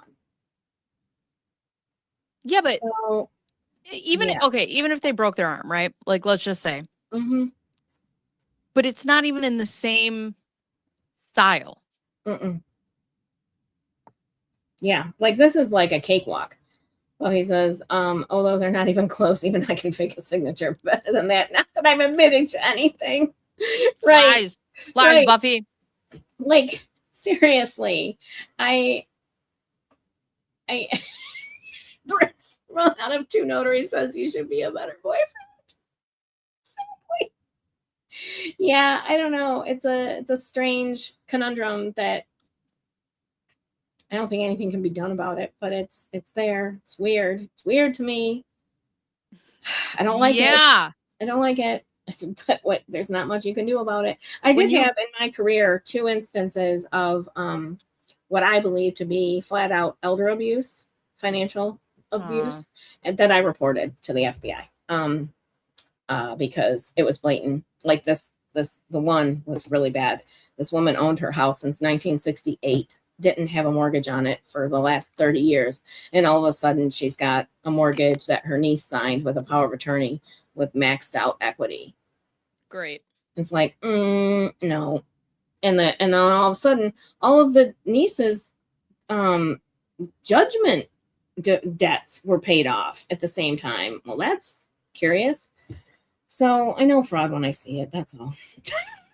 When you put that on the screen, like, you just need to play the damn it, what was that alien show with Mulder and Scully? Oh, right. The what? That's not, yes. I know. Yeah, I like that. So Scrappy Jewel says, working at a bank, we were told to compare the signatures upside down and compare how the signatures hit the signature line. Yes, that's a very good way of All right, the X-Files. Yeah, X-Files, that's it. That's a very good way of comparing signatures, is doing it upside down. That's one of my, I mean, there are like slants. My writing and signatures change, but there are certain things that don't change. And yeah, okay. So this is a good point. Again, Parapet, go home. That's my mother-in-law. Go home, Parapet. If the notary had a brain injury or a stroke, his signature could change radically. I think it's a forgery, but possibly for it not to be. I just think I agree. It's just something of note. Like, and it's something that I look at when I'm reviewing documents because it's what I do. But but listen, given the history, right? Given the tremendous amount of history that we now see from 1998, and then you see that. Mm-hmm. Also, I'm going to have to put the X-Files on my soundboard. Yes, that's a good one. Oh my goodness. Yeah, so I wanted to answer that question. Yeah, her bankruptcy case got dismissed officially. You think they'll go after her? I hope so. And I'm not trying to be like, I feel like she should have to explain herself in a court of law as to those discrepancies that she stated under the penalty of perjury. She doesn't care about that. No, I know she doesn't, but I feel like the government should care. The government should care. Yeah. Here's where I get frustrated. Nonviolent crimes are not treated seriously. And to me, if you rob a person of their financial stability, that is damaging. Like, look at, like, Mike, and Greg and Clayton, look at the amount of money. Those are numbers. Like, those are huge numbers. Yes. And not to mention the total mental and everything else, you know, but it's a burden, and it should be treated more seriously than it is. And so when I say I hope, I mean, I hope so. I hope that they do investigate her. And if she comes out on top, great. I don't see that happening. But it should be at least investigated.